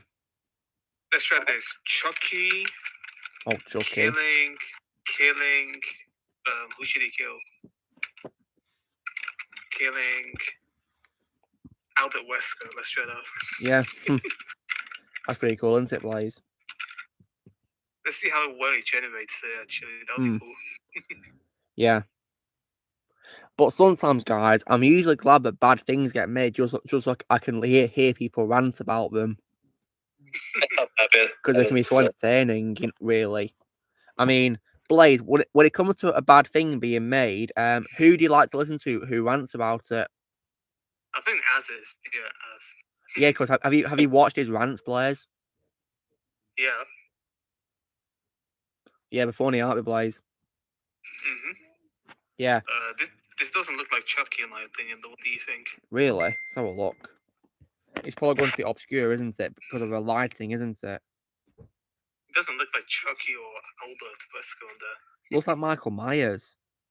It does, doesn't it? Yeah. And who's that supposed to be that he's fighting? Wesker, but it doesn't look like Wesker. It doesn't look like him at all. What on earth is that? Oh, let's try this. Looks like a Yeti. Okay, I got 2 more credits. Let's make another one. Let's try. Oh yeah, Blaze. But I was asking if you saw that Friday 13th reboot. Yeah, the non said it's really good, apparently. Well, I've not seen it. That is the only Friday 13th movie I haven't seen it. Oh yeah, the 2019 movie. I've not seen it. Well, I can tell you this. It's actually my sixth favorite of the franchise is actually one of the best ones. And it's better than one from 2011 or 2010 or whatever it is. 2010 one with Jackie Earl Haley. Oh wait, hold on, wait. Friday the 13th, isn't that Jason? Yeah. Okay, and it's good, is it? Yeah, it is good. Actually, one of the most rare good remakes. Oh, that's good. It's better than Shadow's worst movie ever seen in his life, is it? Because Shadow's is Jason and Chase Manhattan, isn't it? Jason takes a boat to Vancouver, that's what I like to call it. Yeah, because apparently doesn't even go to New York, does he, Shadow? No, it's not. That's very misleading, isn't it? Very misleading, isn't it?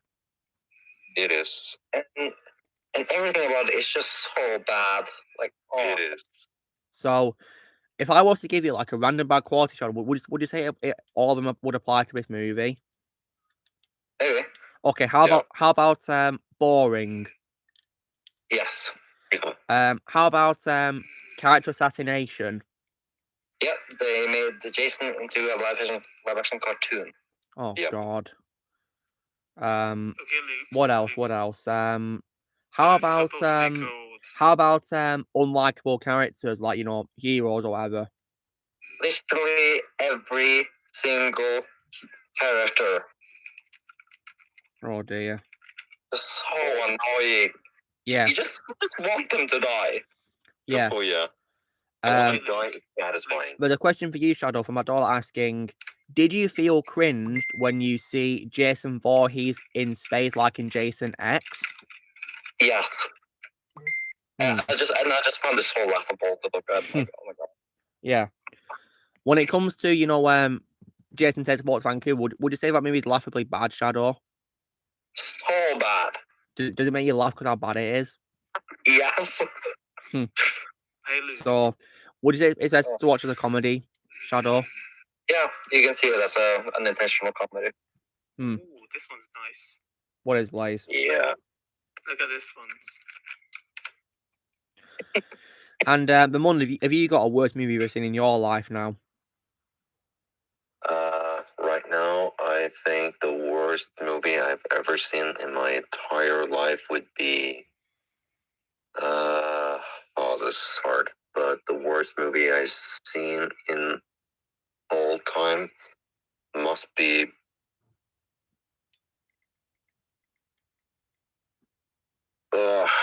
Let's say Home Alone 4. Understandable. That movie's also garbage. It's That's good. Here, Ozzy, in the comments. Nice. Yeah, go ahead. Talk to us. What do you think of these two I generated? Have you sent it to me, Blaze? Yeah, the first one is supposed to be called Curse of Chucky, and the bottom one, you can guess. Like the one with that those two things and that girl character that looks like Annabelle for some reason, and also and the bottom looks like Jason Voorhees. Yeah, it is Jason. Yeah, only it doesn't really look. The mask doesn't look very, very much like his hockey mask, does it? Yeah. Yes. Hey, speaking of Annabelle, are you planning on watching the Conjuring franchise? Maybe. Yeah, Conjuring 2 is the best one. Oh, nice. Hey, Shadow. Yeah. What's it like? Let me send you the AI generation. Oh, all right. So this is the first one.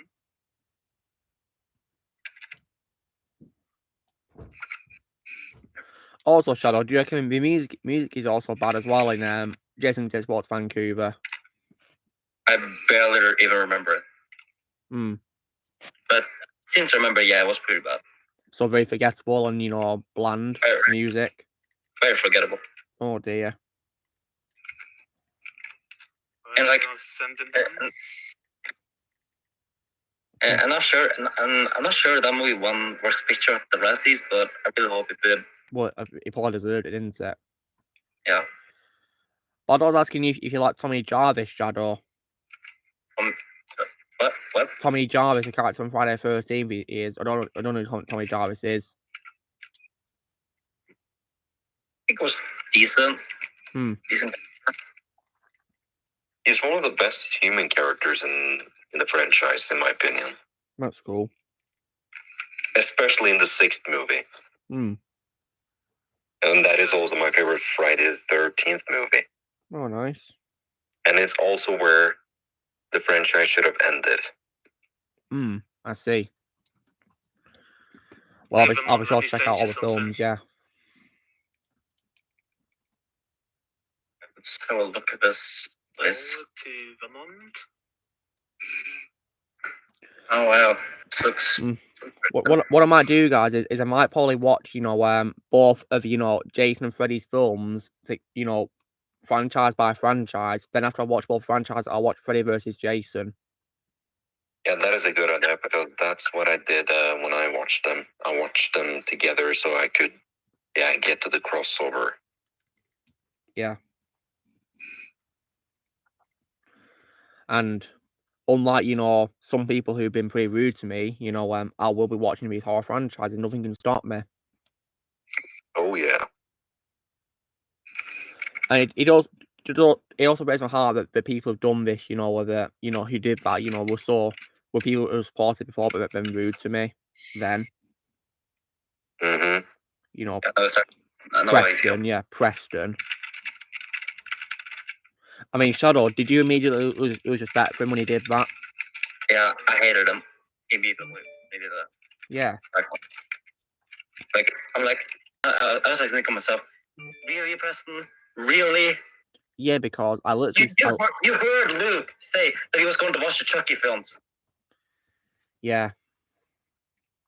I don't think Shadow's played Mortal Kombat 10, have you, Shadow?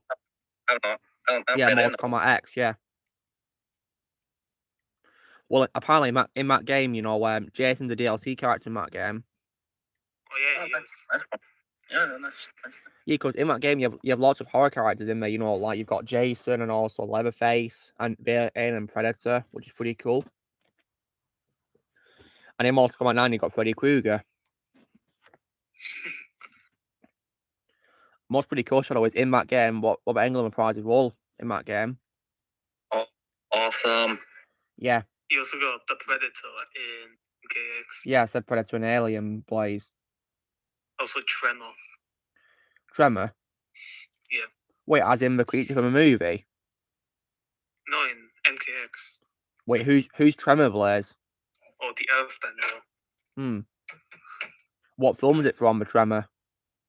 I don't know. Well, let me check.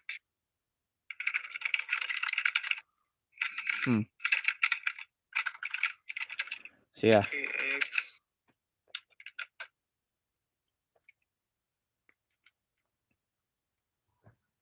No, he's an original character. Oh, I see. Created for a game, Blaze? Yeah. Okay. My first slasher character is Hannibal Lecter. Imagine Hannibal Lecter in MK12. So what, Blaze? Imagine Hannibal Lecter in Mortal Kombat 12. That'd be really cool, wouldn't it? I'd love that. Yeah. Hannibal Lecter was in it. Although when it comes to Mortal Kombat, I'd love it if Blade was a character in Mortal Kombat. Blade. Or maybe even as well, V from V for Vendetta. Oh, yeah, I think it'd be a good choice. And the anonymous person. Yeah. I don't think they haven't added, Ghostface to the game, have they, Blaze? Nah, they didn't. How about Michael Myers? Was he in the games? No. Yeah, we could add him, couldn't we? But he was added in Dead by Daylight. Yeah, that's like a horror game, isn't it? Same with thingy, what's his name? Michael Myers. Wait, what's the other guy? Wait, I said Ghostface could be a character, yeah. Oh yeah, Ghostface is in Dead by Daylight as well. Oh, is he? Is he? Well, that's a horror game, isn't it? Isn't there Stranger Things part of that game as well, but added Blaze? Yeah, Demogorgon. Yeah. Do you find it scary with Demogorgon? Yeah, it's frightening. Yeah, I love the Demogorgon so much. Yeah. Shadow, don't see a clip of a Demogorgon in Far Cry 6? Yeah, sure. Yeah, but I want to hear what you think of it, based on watching the clip, yeah? Yeah. But please, watch it with like headphones in so you don't get me copyrighted or whatever. Yeah, I'll do that. Yeah, nice one. Far Cry 6, Demogorgon. And here it is. Yes, it's like less than a minute, so it's not going to take you long, don't worry.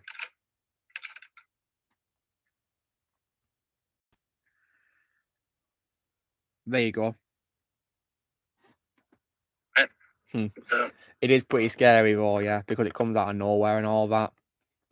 Same with Outlaws. There's this fat guy chasing you. Oh wow. Hey Sup, I'm doing very well, thank you. And if he catches you, he hits. Yeah. Oh yeah, can you imagine Chucky being in Mortal Kombat, guys? Chucky. Yeah, guess would be pretty awesome. The only thing is he's small, so he'd probably have to like, his own unique gameplay, wouldn't he? Yeah. Like controlling Andy. Yeah. Are you watching the clip right now, Shadow? Hang on. Not yet.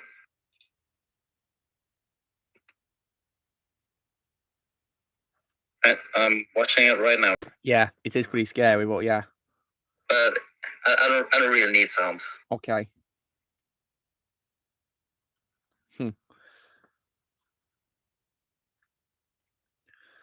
Oh yeah, Blaze, do you find Borei Chow funny? Oh yeah, especially what he says to Predator. Yeah. Oh wow, the upside down really looks good in this. Yeah, it does indeed, yeah. Oh wow, Demogorgon looks awesome. Yeah, it does. Scary, isn't it, as well? Yeah. Let me show you Demogorgon Dead by Daylight, Luke. I imagine it's scary, isn't it, Blaze? Yeah. Let me show you him. And honestly, the fact that they have added upside down in this game makes me want to play it even more. Yeah, go for it. Play it, yeah. Actually, I have Far Cry 6. I haven't played it yet, though. Please do, Blaze. It's an amazing game. I'll be soon done with a story as well. Soon. And also as well, when it comes to Far Cry 6 in the game, Shadow, they changed the names of some of the things, to avoid licensing issues. Okay. Yeah. For example, the upside down in the game is called the Shadow Place. Wow. Very fitting, isn't it? Luke. Luke, I sent you gameplay of Demogorgon. Yeah, nice one, Blaze. And you check it out. Let me know what you think of it. Yeah. Also as well, El Shadow. The Mind Flayer that's in the game, but it's called Chernobog.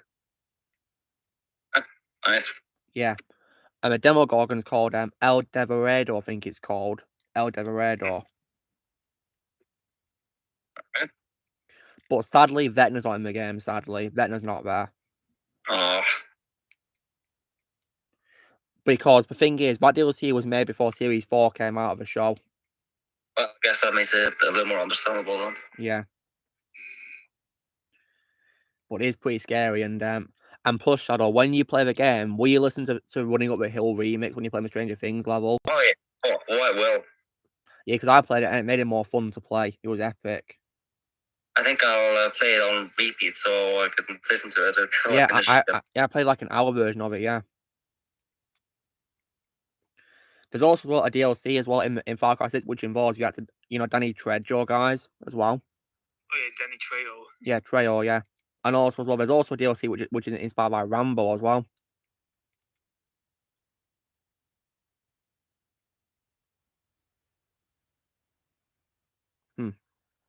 Sadly, though, Rambo doesn't actually appear in the game, but you meet a character who's like a big fan of Rambo.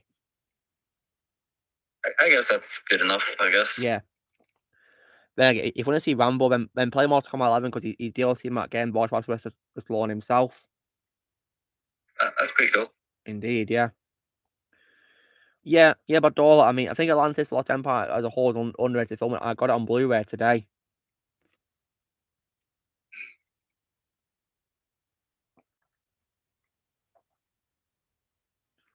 Definitely a film that deserves more love, in my opinion. Doesn't deserve the hate at all.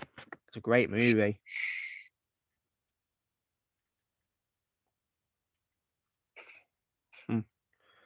And yeah, so I'll also be checking out, more Disney classics hopefully as well in the future one day.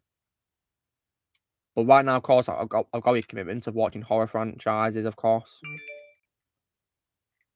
Have you seen this thing we call the Black Cauldron? Not seeing that, no. I think it would probably be perfect to watch next month, actually. Because the movie is very dark. Oh, really? Wow. Austin Powers, the really funny Austin Powers films, really funny. Oh yeah, fat bastard. Yeah, he's really funny. Shrek. Yeah, because what's funny is he literally, Myers literally gives him the same accent he gives for Shrek. You know that? Yeah. Which is pretty funny. So if you close your eyes, you can imagine Shrek fighting Austin Powers. And swearing as well. Yeah, because he swears a lot too, yeah. Oh yeah, are you gonna watch the Mike Myers show? What, on Netflix, Blaze? Yeah, Pentavite. Maybe. I know it's Shrek as a cameo, doesn't he? Yeah. But when it comes to Shrek, guys, I'm not watching his 5th movie coming out. I'm not watching that. They're making a new one? What the hell? Yeah, Blaze, it's rumored to be in development, sadly, and I'm not watching it. Oh my god. Wait a second, what now? You know, the 5th Shrek movie, Shadow? Oh god, no, I'm not watching that. Not watching that crap. No way, because in my opinion, Forever After is a true end of a franchise. And that's the true Shrek, right? Yeah. Oh yeah. Yeah, if you want, when it comes to Shrek the 3rd, guys, just watch King Herod's death scene, because that's what you need to explain why he's not in the 4th movie. And that's it. But only watch the movie lover cut of that scene. Yeah, because Don posted a clip of it. Of course, that's way better. The scene we should have got. Because the death scene in the film was just absolutely stupid, wasn't it? Oh yeah. It was trying too hard to be funny, but it failed miserably. Oh, yeah, shut up. But I was asking you if you've seen the scary movies. The scary movies? I've seen all of them. Yeah, how are they? One is good. Three is good. I think the third film is my favorite. 2 is very boring. Or alright, I guess. And I don't remember much of 5. Yeah. When it comes to like animated franchises, guys, what would you say is the worst animated franchise you've watched? Worst Yeah, worst animated franchise you've seen of all time. Animated franchise. Yeah. One. Well, for me, it would be. It's a franchise that has a good first movie, but it has a garbage second movie. The open season.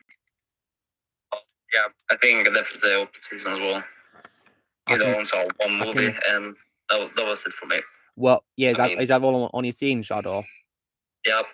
Well, I think the best advice I can say is you know, keep it that way. Please, for the love of God, do not watch these sequels because they're just garbage. Especially the 3rd one. That's just what we're talking about franchises, players, not just one film or two, just, you know, a whole franchise really. Because Ian thought the first movie Ian thought the first movie was terrible. Yeah. Samek, I like the first two films. I hate the 4th one. I can't stand the 4th one. The 4th one was garbage. One of the worst films of this year. But I know what your worst one is of all time. That's Suicide 2, isn't it? Oh yes. And before you guys ask me about the Emoji Movie, I refuse to watch it. That's why I'm not saying it's the worst one. Good. You're saving yourself. Saving yourself from a lot of pain, look. Yeah, I know, because I heard it was panned and regarded one of the worst films ever made, and I'm not going to watch it.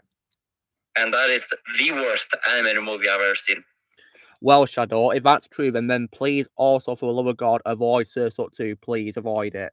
I mean, if you want to hear why it's bad, Shadow, please watch my video on why Suicide didn't need a sequel. I did. Say they recast the Shia LaBeouf. Yeah, which is disappointing because that's my favorite role of Shia, guys. Same. And look, I just didn't have an interest in Suicide 2. Yeah, that's definitely for a right reason, Shadow. And also, Shadow, would you say as well that your favorite live action role of Shia is from Fury? Yeah, so far, yeah. Well, high five. Yeah, because I think that's one of his better roles, in my opinion, compared to things like, you know, Transformers and Kingdom Crystal Skull. Oh yeah, Badola, Happy Feet in my opinion didn't need a sequel either. I didn't really like 2 that much, to be honest. Been honest, on the Human Films, I saw when I was a kid. Didn't really like the second one. Well, the first one was you know, perfect fine on its own in my opinion. Has my favourite was also Elijah Wood, you know, Mumble. Yeah, I like Mumble. Yeah. And it's also quite an unrecognisable role of Hugo Weaving, guys, because he has a Scottish accent in the film. I did also like as well Hugh Jackman in the movie as well as Memphis, you know, Mumble's father. Huh? But And I think guys, was- my favourite voice of Hugh Jackman is of course Roddy in Flushed Away. Oh, same. Mainly because compared to Memphis and also as well the Easter Bunny and you know Rise of the Guardians, I think he puts a lot more skill into Roddy because he has a British accent compared to his Australian one they use for the other characters. And my second favourite voice of is his character in Missing Link by Laker.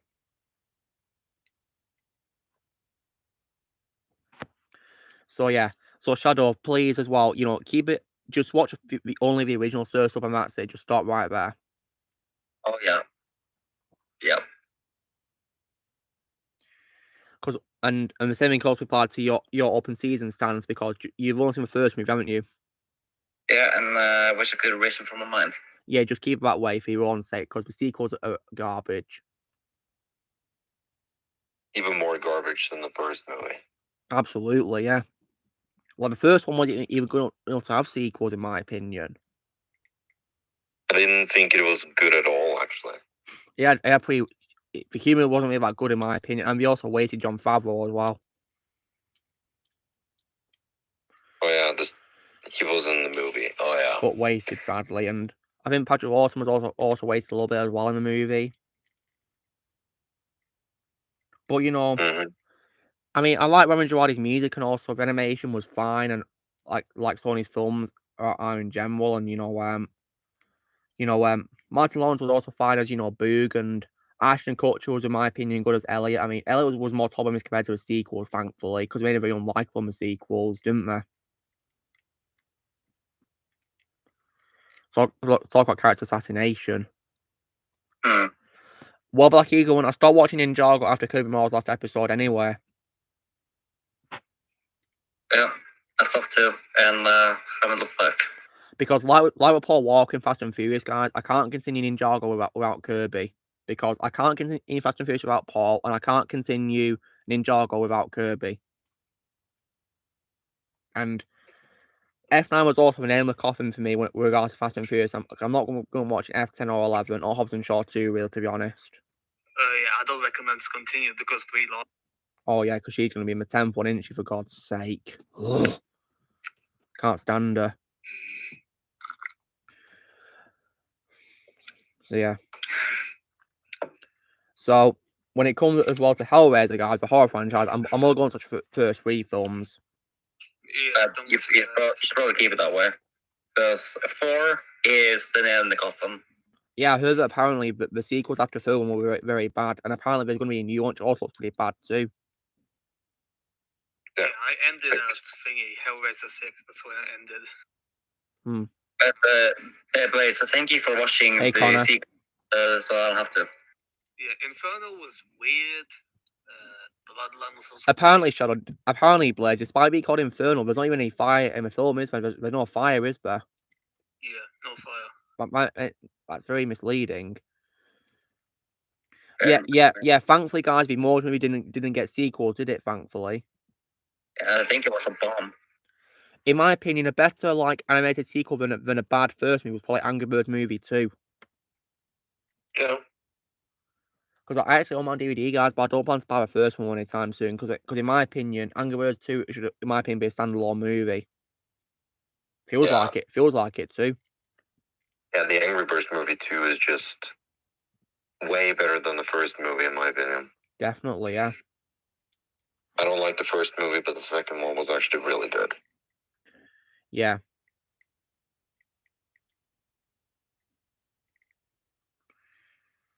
And yeah, I don't know if I don't know what to say. Yeah. I reckon we'll do a third Angry Birds movie. Maybe. Yeah, that I was about to say that before I stopped myself. Yeah, will there ever be a third movie? I really don't know. Maybe. I mean, if the third movie gets made, I wouldn't mind. Yeah, as long as it's good. Yeah, the second one was good. Yeah. Yeah. You know, So an if they do a third improvement movie, to a first movie, and you know, in my opinion, there should be a third one to wrap up the story. Definitely.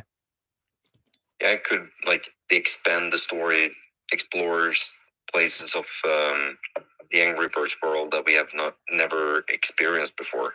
Yeah, we could. Anyway, guys, so that is 3 hours into stream. So that's the end of the stream. It's been, you know, really fun talking to all as usual, and yeah, been really fun. So yeah, so I'll see you guys next week for next episode of Let's Talk Live, episode 91. Goodness me, wow. Just 10. So. Yep, then episode 100, yeah, which will be amazing. So yeah. So you know, drill, guys. Be sure to give this video a like. Also, leave those comments what you guys thought of tonight's stream, and also as well, please go subscribe to the special guests who've been in on the stream. I'll put a link in the description below, so you guys can go subscribe to our channels and show them some love and support.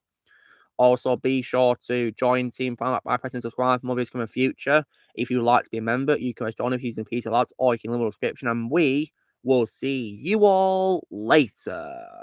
All right, see you guys. Take care. Bye bye. See ya.